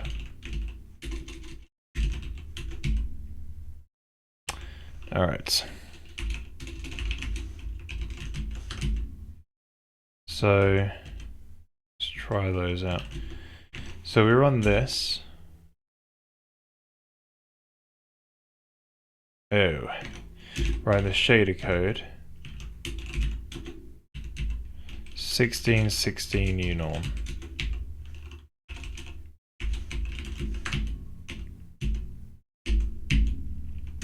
I wonder if that's in graphics anywhere. No, it's not. Good. Right, so change it to AA unorm, which is even more compression than we've got right now. And let's see how it looks.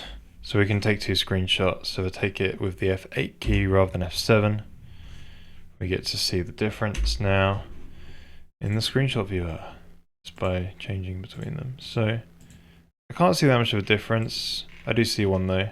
See here? So it just becomes more blocky.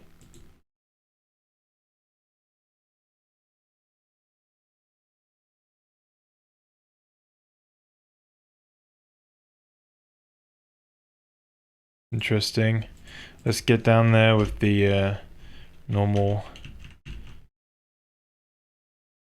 Yeah, up close you already do see it, but we're not really going to be seeing stuff that's up close anyway, so it might be okay. You're still seeing. Again, maybe this could be a quality thing. But yeah, it's still doing this sort of smooth slope thing, which is pretty cool. You know, when you get this far, it's alright. But I don't know, you do still see it. Sort of blockiness.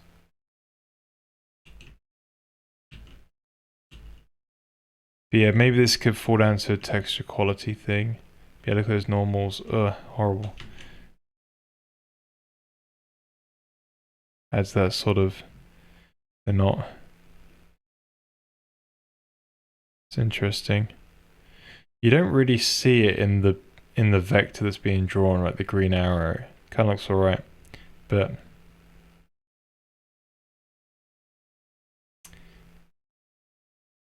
it kind of does look smooth enough, but in the image it is not smooth enough. What it produces, it looks very blocky. So that's not block compressed, and then you can block compress it even further, and then it will be even worse. So maybe we don't bother with...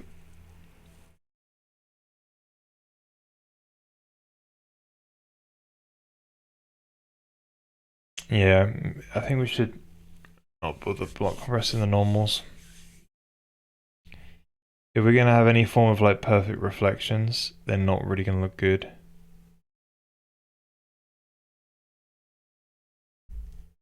I wonder. Let's quickly take a look at the sampling code. Calculate surface color, which is all the PBR stuff. So we sample at a coordinate. This is a linear sampler. We unpack the normal in texture space to reconstruct the Z. I don't know if we need to normalize it.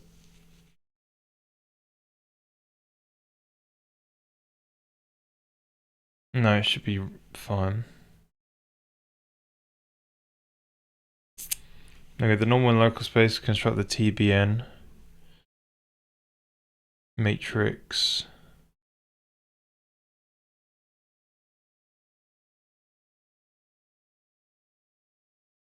And then convert from tangent space to local space. Renormalized. Yeah, I think it's alright.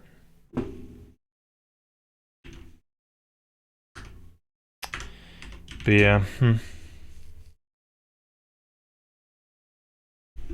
Okay, so let's undo all of that. So yeah, I think we'll just stick with 1616s. So shared. And then graphics. Right, we're good. So let's give that a run, just double check it still works. Right, so I guess the next thing we want to do is look at what we're doing in the future. So we've got this material generator now, so it generates materials based on some fractal noise virtual machine thing that runs on the GPU.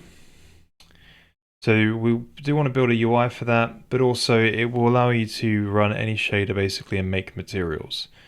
So there's these things called proto materials, and we already have made one proto material which is really general, just so we can make it easier for artists just to come in and do something without jumping into any programming.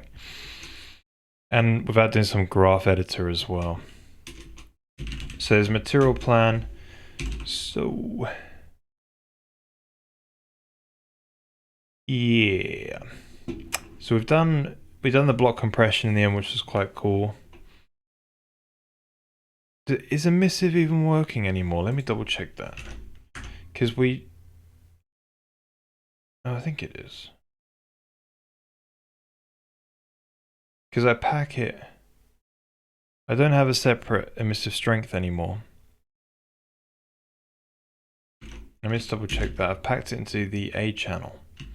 And it's block compressed. So at the end of the material shader, yeah, emissive strength is packed into A. Right, and then in this calculate surface color, it is packed. Where is it? It's unpacked, isn't it? Yeah, so emissive, you sample it, RGBA, emissive strength, then set emissive by scaling it. Ooh. You didn't multiply yourself by... Hang on a minute. Material, graphics material, emissive, max or something like that.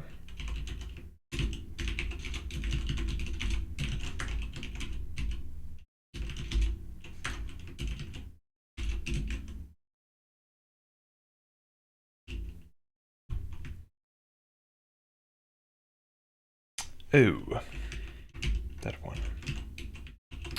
Yeah, so I didn't uncompress it properly. Unpack. Makes sense. Right, so let's go to see submaterial 0. That's got some emissive on it. So it's nice and packed.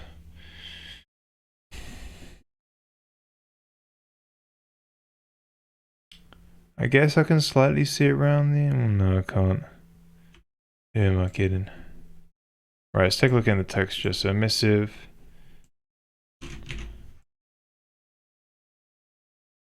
A channel. So you can see it's kind of there. Nice. So we changed the black value. You'll see that it drops out at about... It's barely any emissive on there, so we can pop that up a bit. So we go to submat 0. Submat 0 does some emissive strength right about here. So there's an edge. Interesting. So if we bring...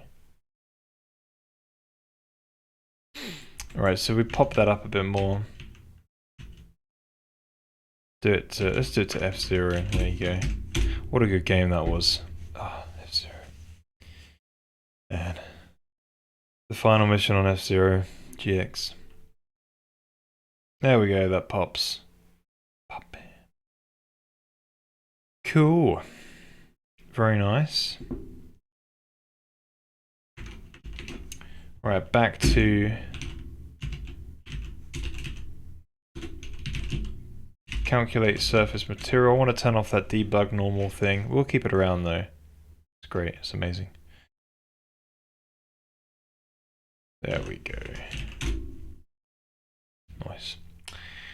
Right, so back to the plan. So tonight I'm going to commit this to the repo. And then next stream, which will be on Tuesday, we'll be sorting out, or moving on to the next thing basically. We've done block compression now. Now it's the idea we're going to make these assets. So we've got this sort of like baked material asset, which contains all the texture data basically. So we've got it as block compressed now and uncompressed stuff. So when you are making the materials, they're in this sort of format, this uncompressed format. And then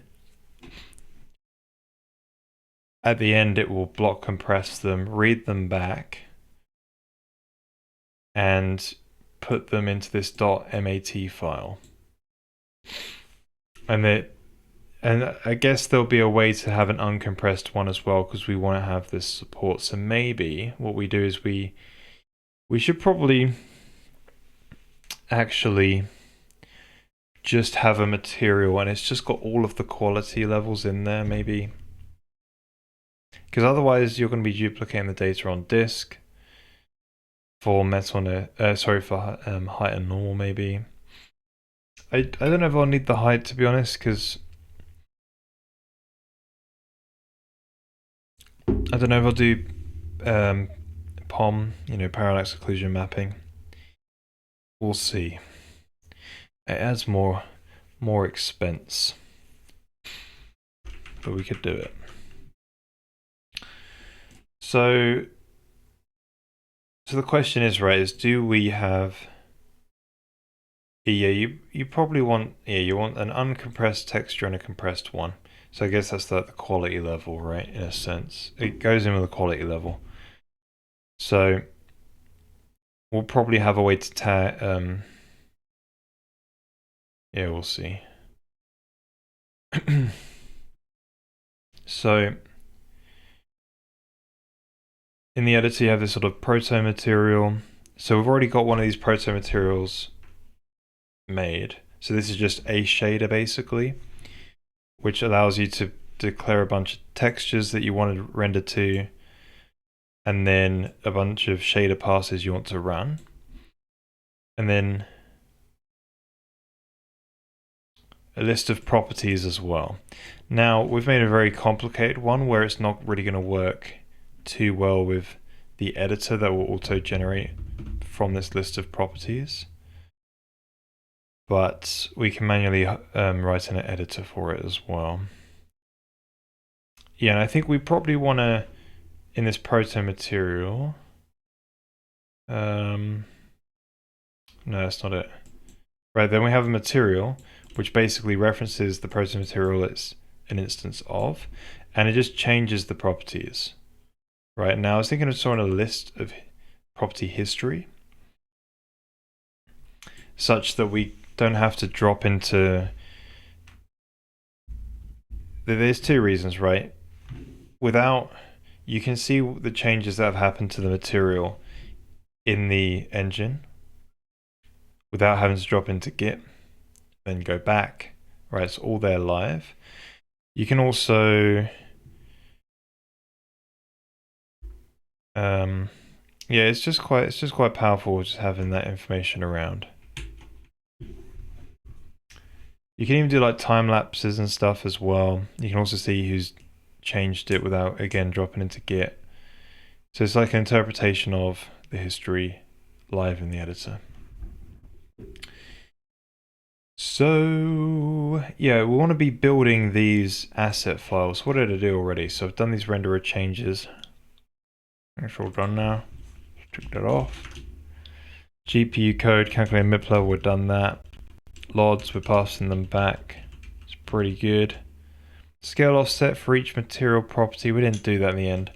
It sounds like a good idea, but I want to wait until we get to needing it. So we wanted to build this material builder. Now I think I might just call it a graphics builder though, because it's going to have like all of the, building models, building levels maybe, or just graphics assets, we'll see. So Although I could just call it asset builder and then just, yeah, something to think about. So I want to build the asset files and then the build functions such that they can be used from the editor side, but also the sort of the baking tool, you know, the asset building tool. So it's just going to be in another module.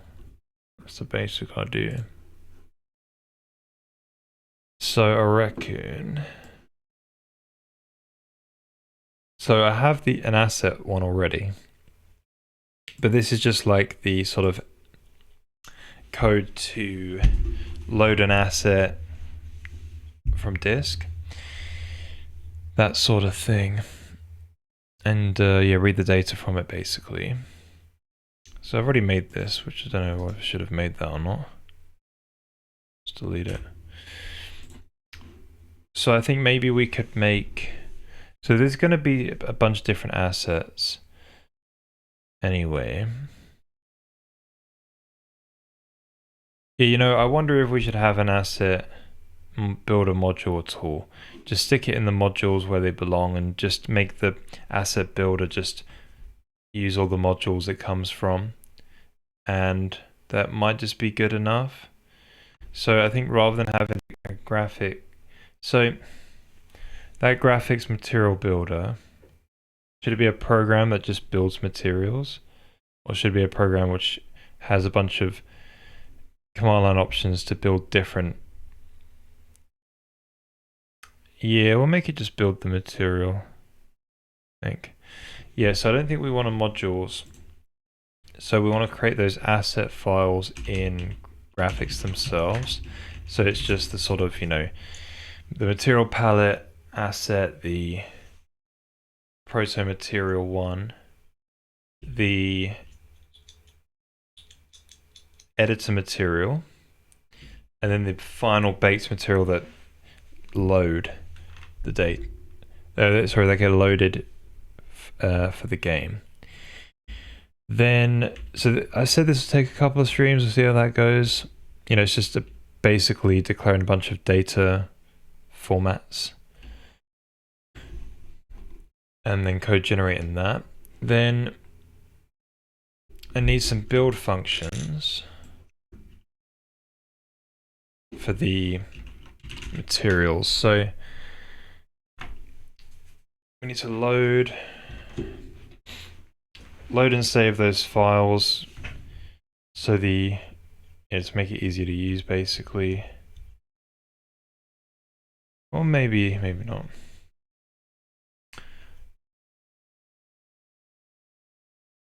Turn a proto material into a material for default value. Function to create material textures. We've already got this one because we've had to make it. Function to dispatch build on the GPU. Pass the material and destination textures of full MIP chain.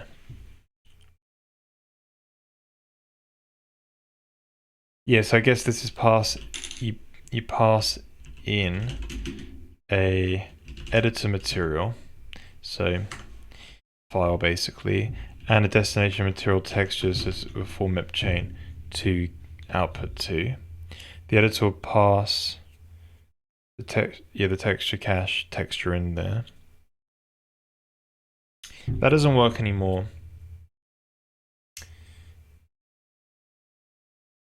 Yeah, you're gonna have to make. Oh no, it could work.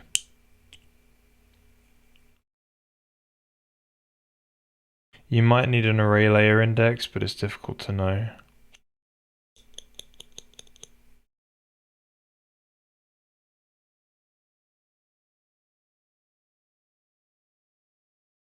Oh no.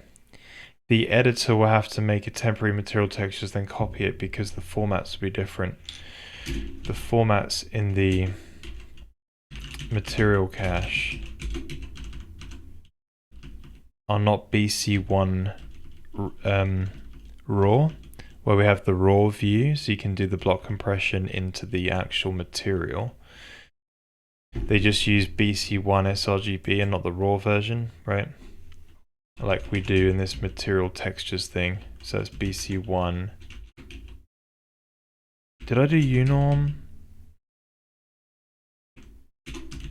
Oh, it's BC1 sRGB raw, but yeah. Yeah, so this material texture which has got a bunch of... Right, okay. So there'll be an extra set of copies involved maybe. But hopefully that doesn't mess with performance. We'll see. It should be quick enough, I think. I hope. Right, let's go back to the material plan. Yeah, so the editor will not. The editor will have its own material textures. So at least I'll stay in GPU memory, they won't go to disk and reload them back in the editor. Have its own material textures.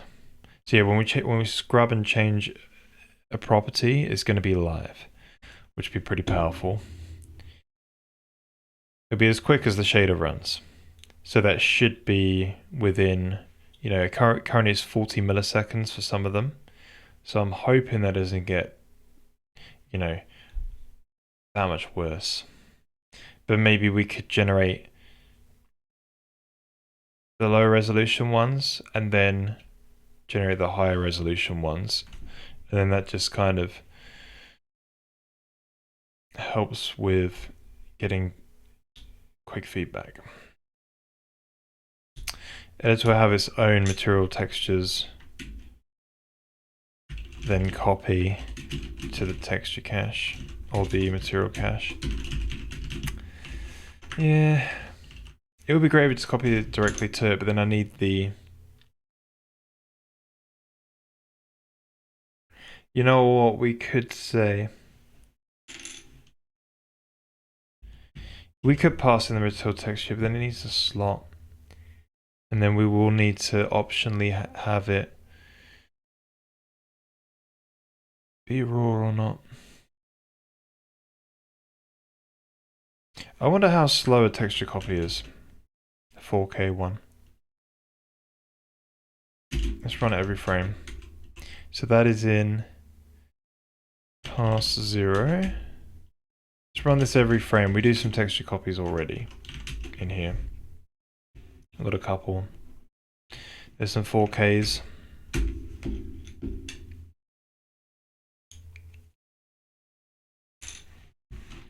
So we bust open the... Alright.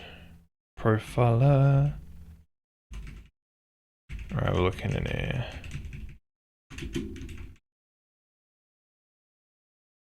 Downsample, compress, copy. So we're looking at about...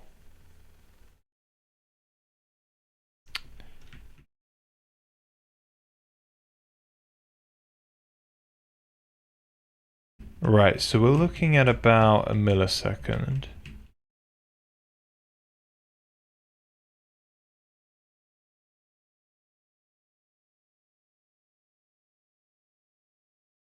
No, we're not. Yeah, so that normal map is 60. Yeah, so we're looking at like a couple of milliseconds extra. I think it'd be fine. It should be okay to do that. Yeah, so... Yeah, then copy texture cache, that'd be right. So then we run each shader pass with a pipeline barrier after each. We're not looking for best performance here. A pipeline barrier will have, you know, a fraction of a millisecond pause. That's good enough. We have a common bundle constant structure which holds the textures. We kind of already got that. Downsample the result PBR textures. We've kind of already got this going. We want block compress, and then when we output, what are we doing? Right, are we outputting two textures here? So that's the thing, right? Maybe you generate the high resolution one, and then you have a bunch of shaders which basically convert to the lower quality ones.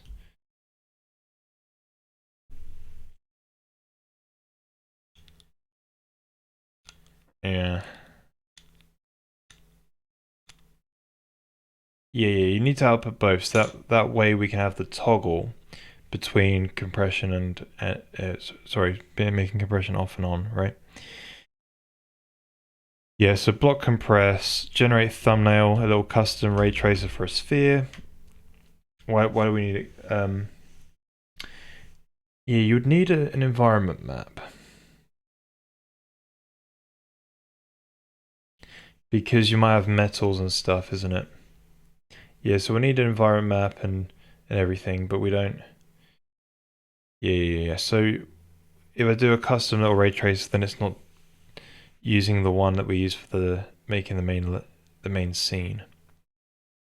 That shouldn't be too bad to throw together. We've got many of them anyway.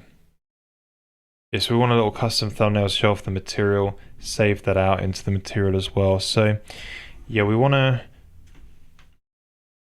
So this will dispatch a build on GPU,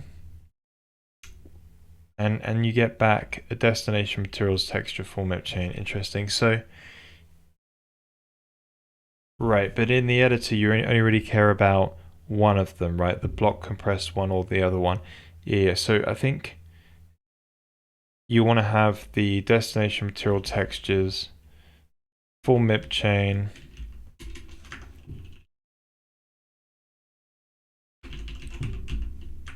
destination uncompressed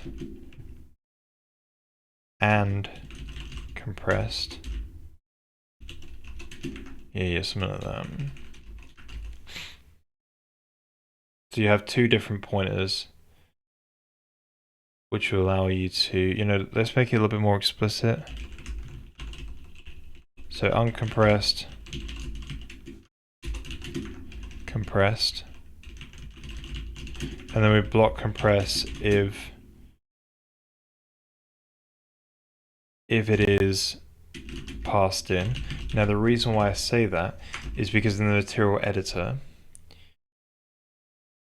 we might not pass in the block compressed one because we don't want to view it live in the editor. We want to view the uncompressed one unless we've toggled a switch on, right, to show the block compressed. So there's no point spending the time block compressing and copying it to there or whatever if that's the case. So, yep.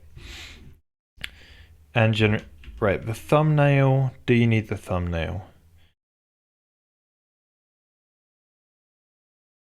So with the dispatch on GPU, you want to have this generate thumbnail needs to be its own thing. So you give it the material textures, and it's able to ray trace a sphere with that material on it, with probably like a simple light source or something, and then yeah, function to save textures as a material asset file.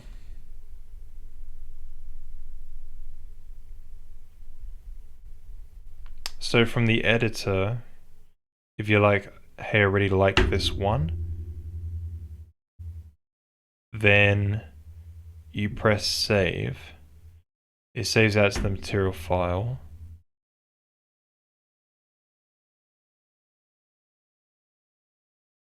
No. Or maybe. See, the problem is if you change. Yeah, I think this has not got really to be a function. I think this has just got to belong to the builder application, because if you change the prototype material, which is like the shader, you're going to want to regenerate all of those materials anyway. Yeah, there's things to think about here. But yeah, I don't think you need a save function from the editor.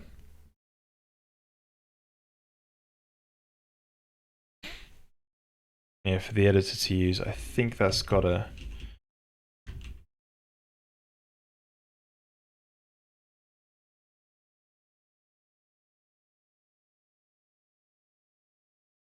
Yeah, and then after that, there's the create the material builder application.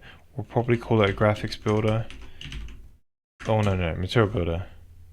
Yeah, just for build materials, yeah, we'll do that. So yeah, this one will load the editor material file, and then the proto material.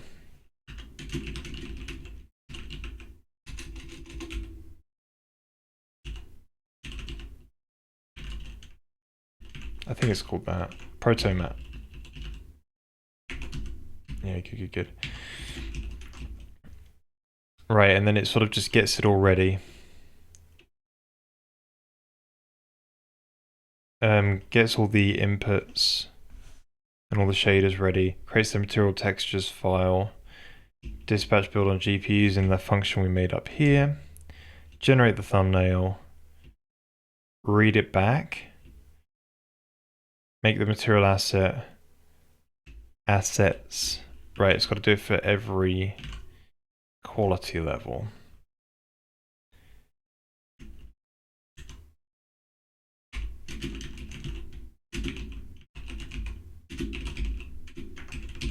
For each quality level,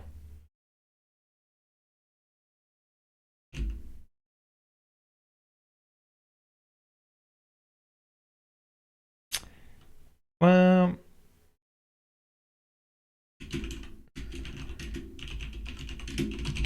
yeah, because that all runs at the same time anyway. Generate thumbnail can be done once. You want to read everything back. Then save out the assets to disk in the assets. Build assets folder or something like that. So not in the assets folder, the build assets folder. And then we want to load. What is this talking about? Load proto material to generate a thumbnail. Oh yeah. You want to have a way in the material builder. So if you've made a proto material and it has some default properties, you want to have a way to still have a thumbnail for that in the editor. So yeah, you need to be able to take that proto material, which is just a shader and a bunch of property definitions. Yeah. Just to make a thumbnail for it, so there's some uniqueness to it. Cool. So yeah, those are the things we'll be working on next, basically, is this sort of builder and assets. We've got to somehow, like, you know, obviously write the load function. Like when we have the asset, we then got to actually, you know, hook it all up. So I think when you finally built it all, we then got to actually, you know, put it all into the, like, load it from disk. I guess I'll put that as one more thing. Maybe it could be one stream. This one is like, you know, load map file, load material file,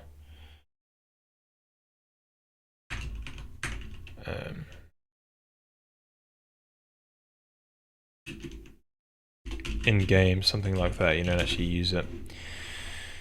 Yeah, so after we've done this, we've actually got working asset files and things like that. The next job is to figure out ways to actually do the whole editor side of things, which is just a rough sketch. I've really got to revise it again. But yeah, we'll be doing that after this. Yes, this is like, you know, a few weeks of streams, I reckon. Something like that, we'll see.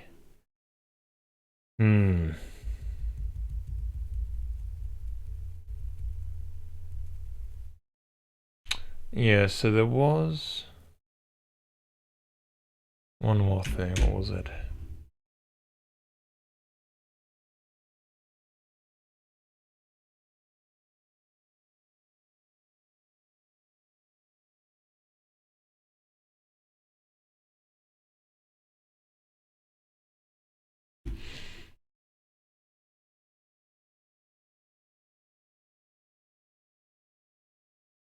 Right. I forgot what I was thinking about now. But anyway, that's basically it. It's going to be pretty cool. And awesome. So, in the meantime, guys, there's a Discord channel. Oh, the music turned off. What a shame. If you're going to come and hang out and chat in the meantime, Discord channel is available. But yeah, thank you for everyone who support me via Ko-Fi and Twitch. Appreciate you guys. Appreciate you all. The next stream will be on Tuesday, There's no stream on Thursday this week. It's my birthday, so I'm going to do some stuff. But yeah, Tuesday and Sunday this time around, and then back Thursday. We'll be back the week after, and we'll get started on that builder tool, the thing that builds all the materials into actually assets, designing the binary files, which would be really cool, and the text files which hold the editor data and all of that. So it'd be pretty fun. Right, let's raid someone. There's a CPP guy. It's usually quite alright. Eric the Unwise. I used to like when he was doing his Game Boy stuff.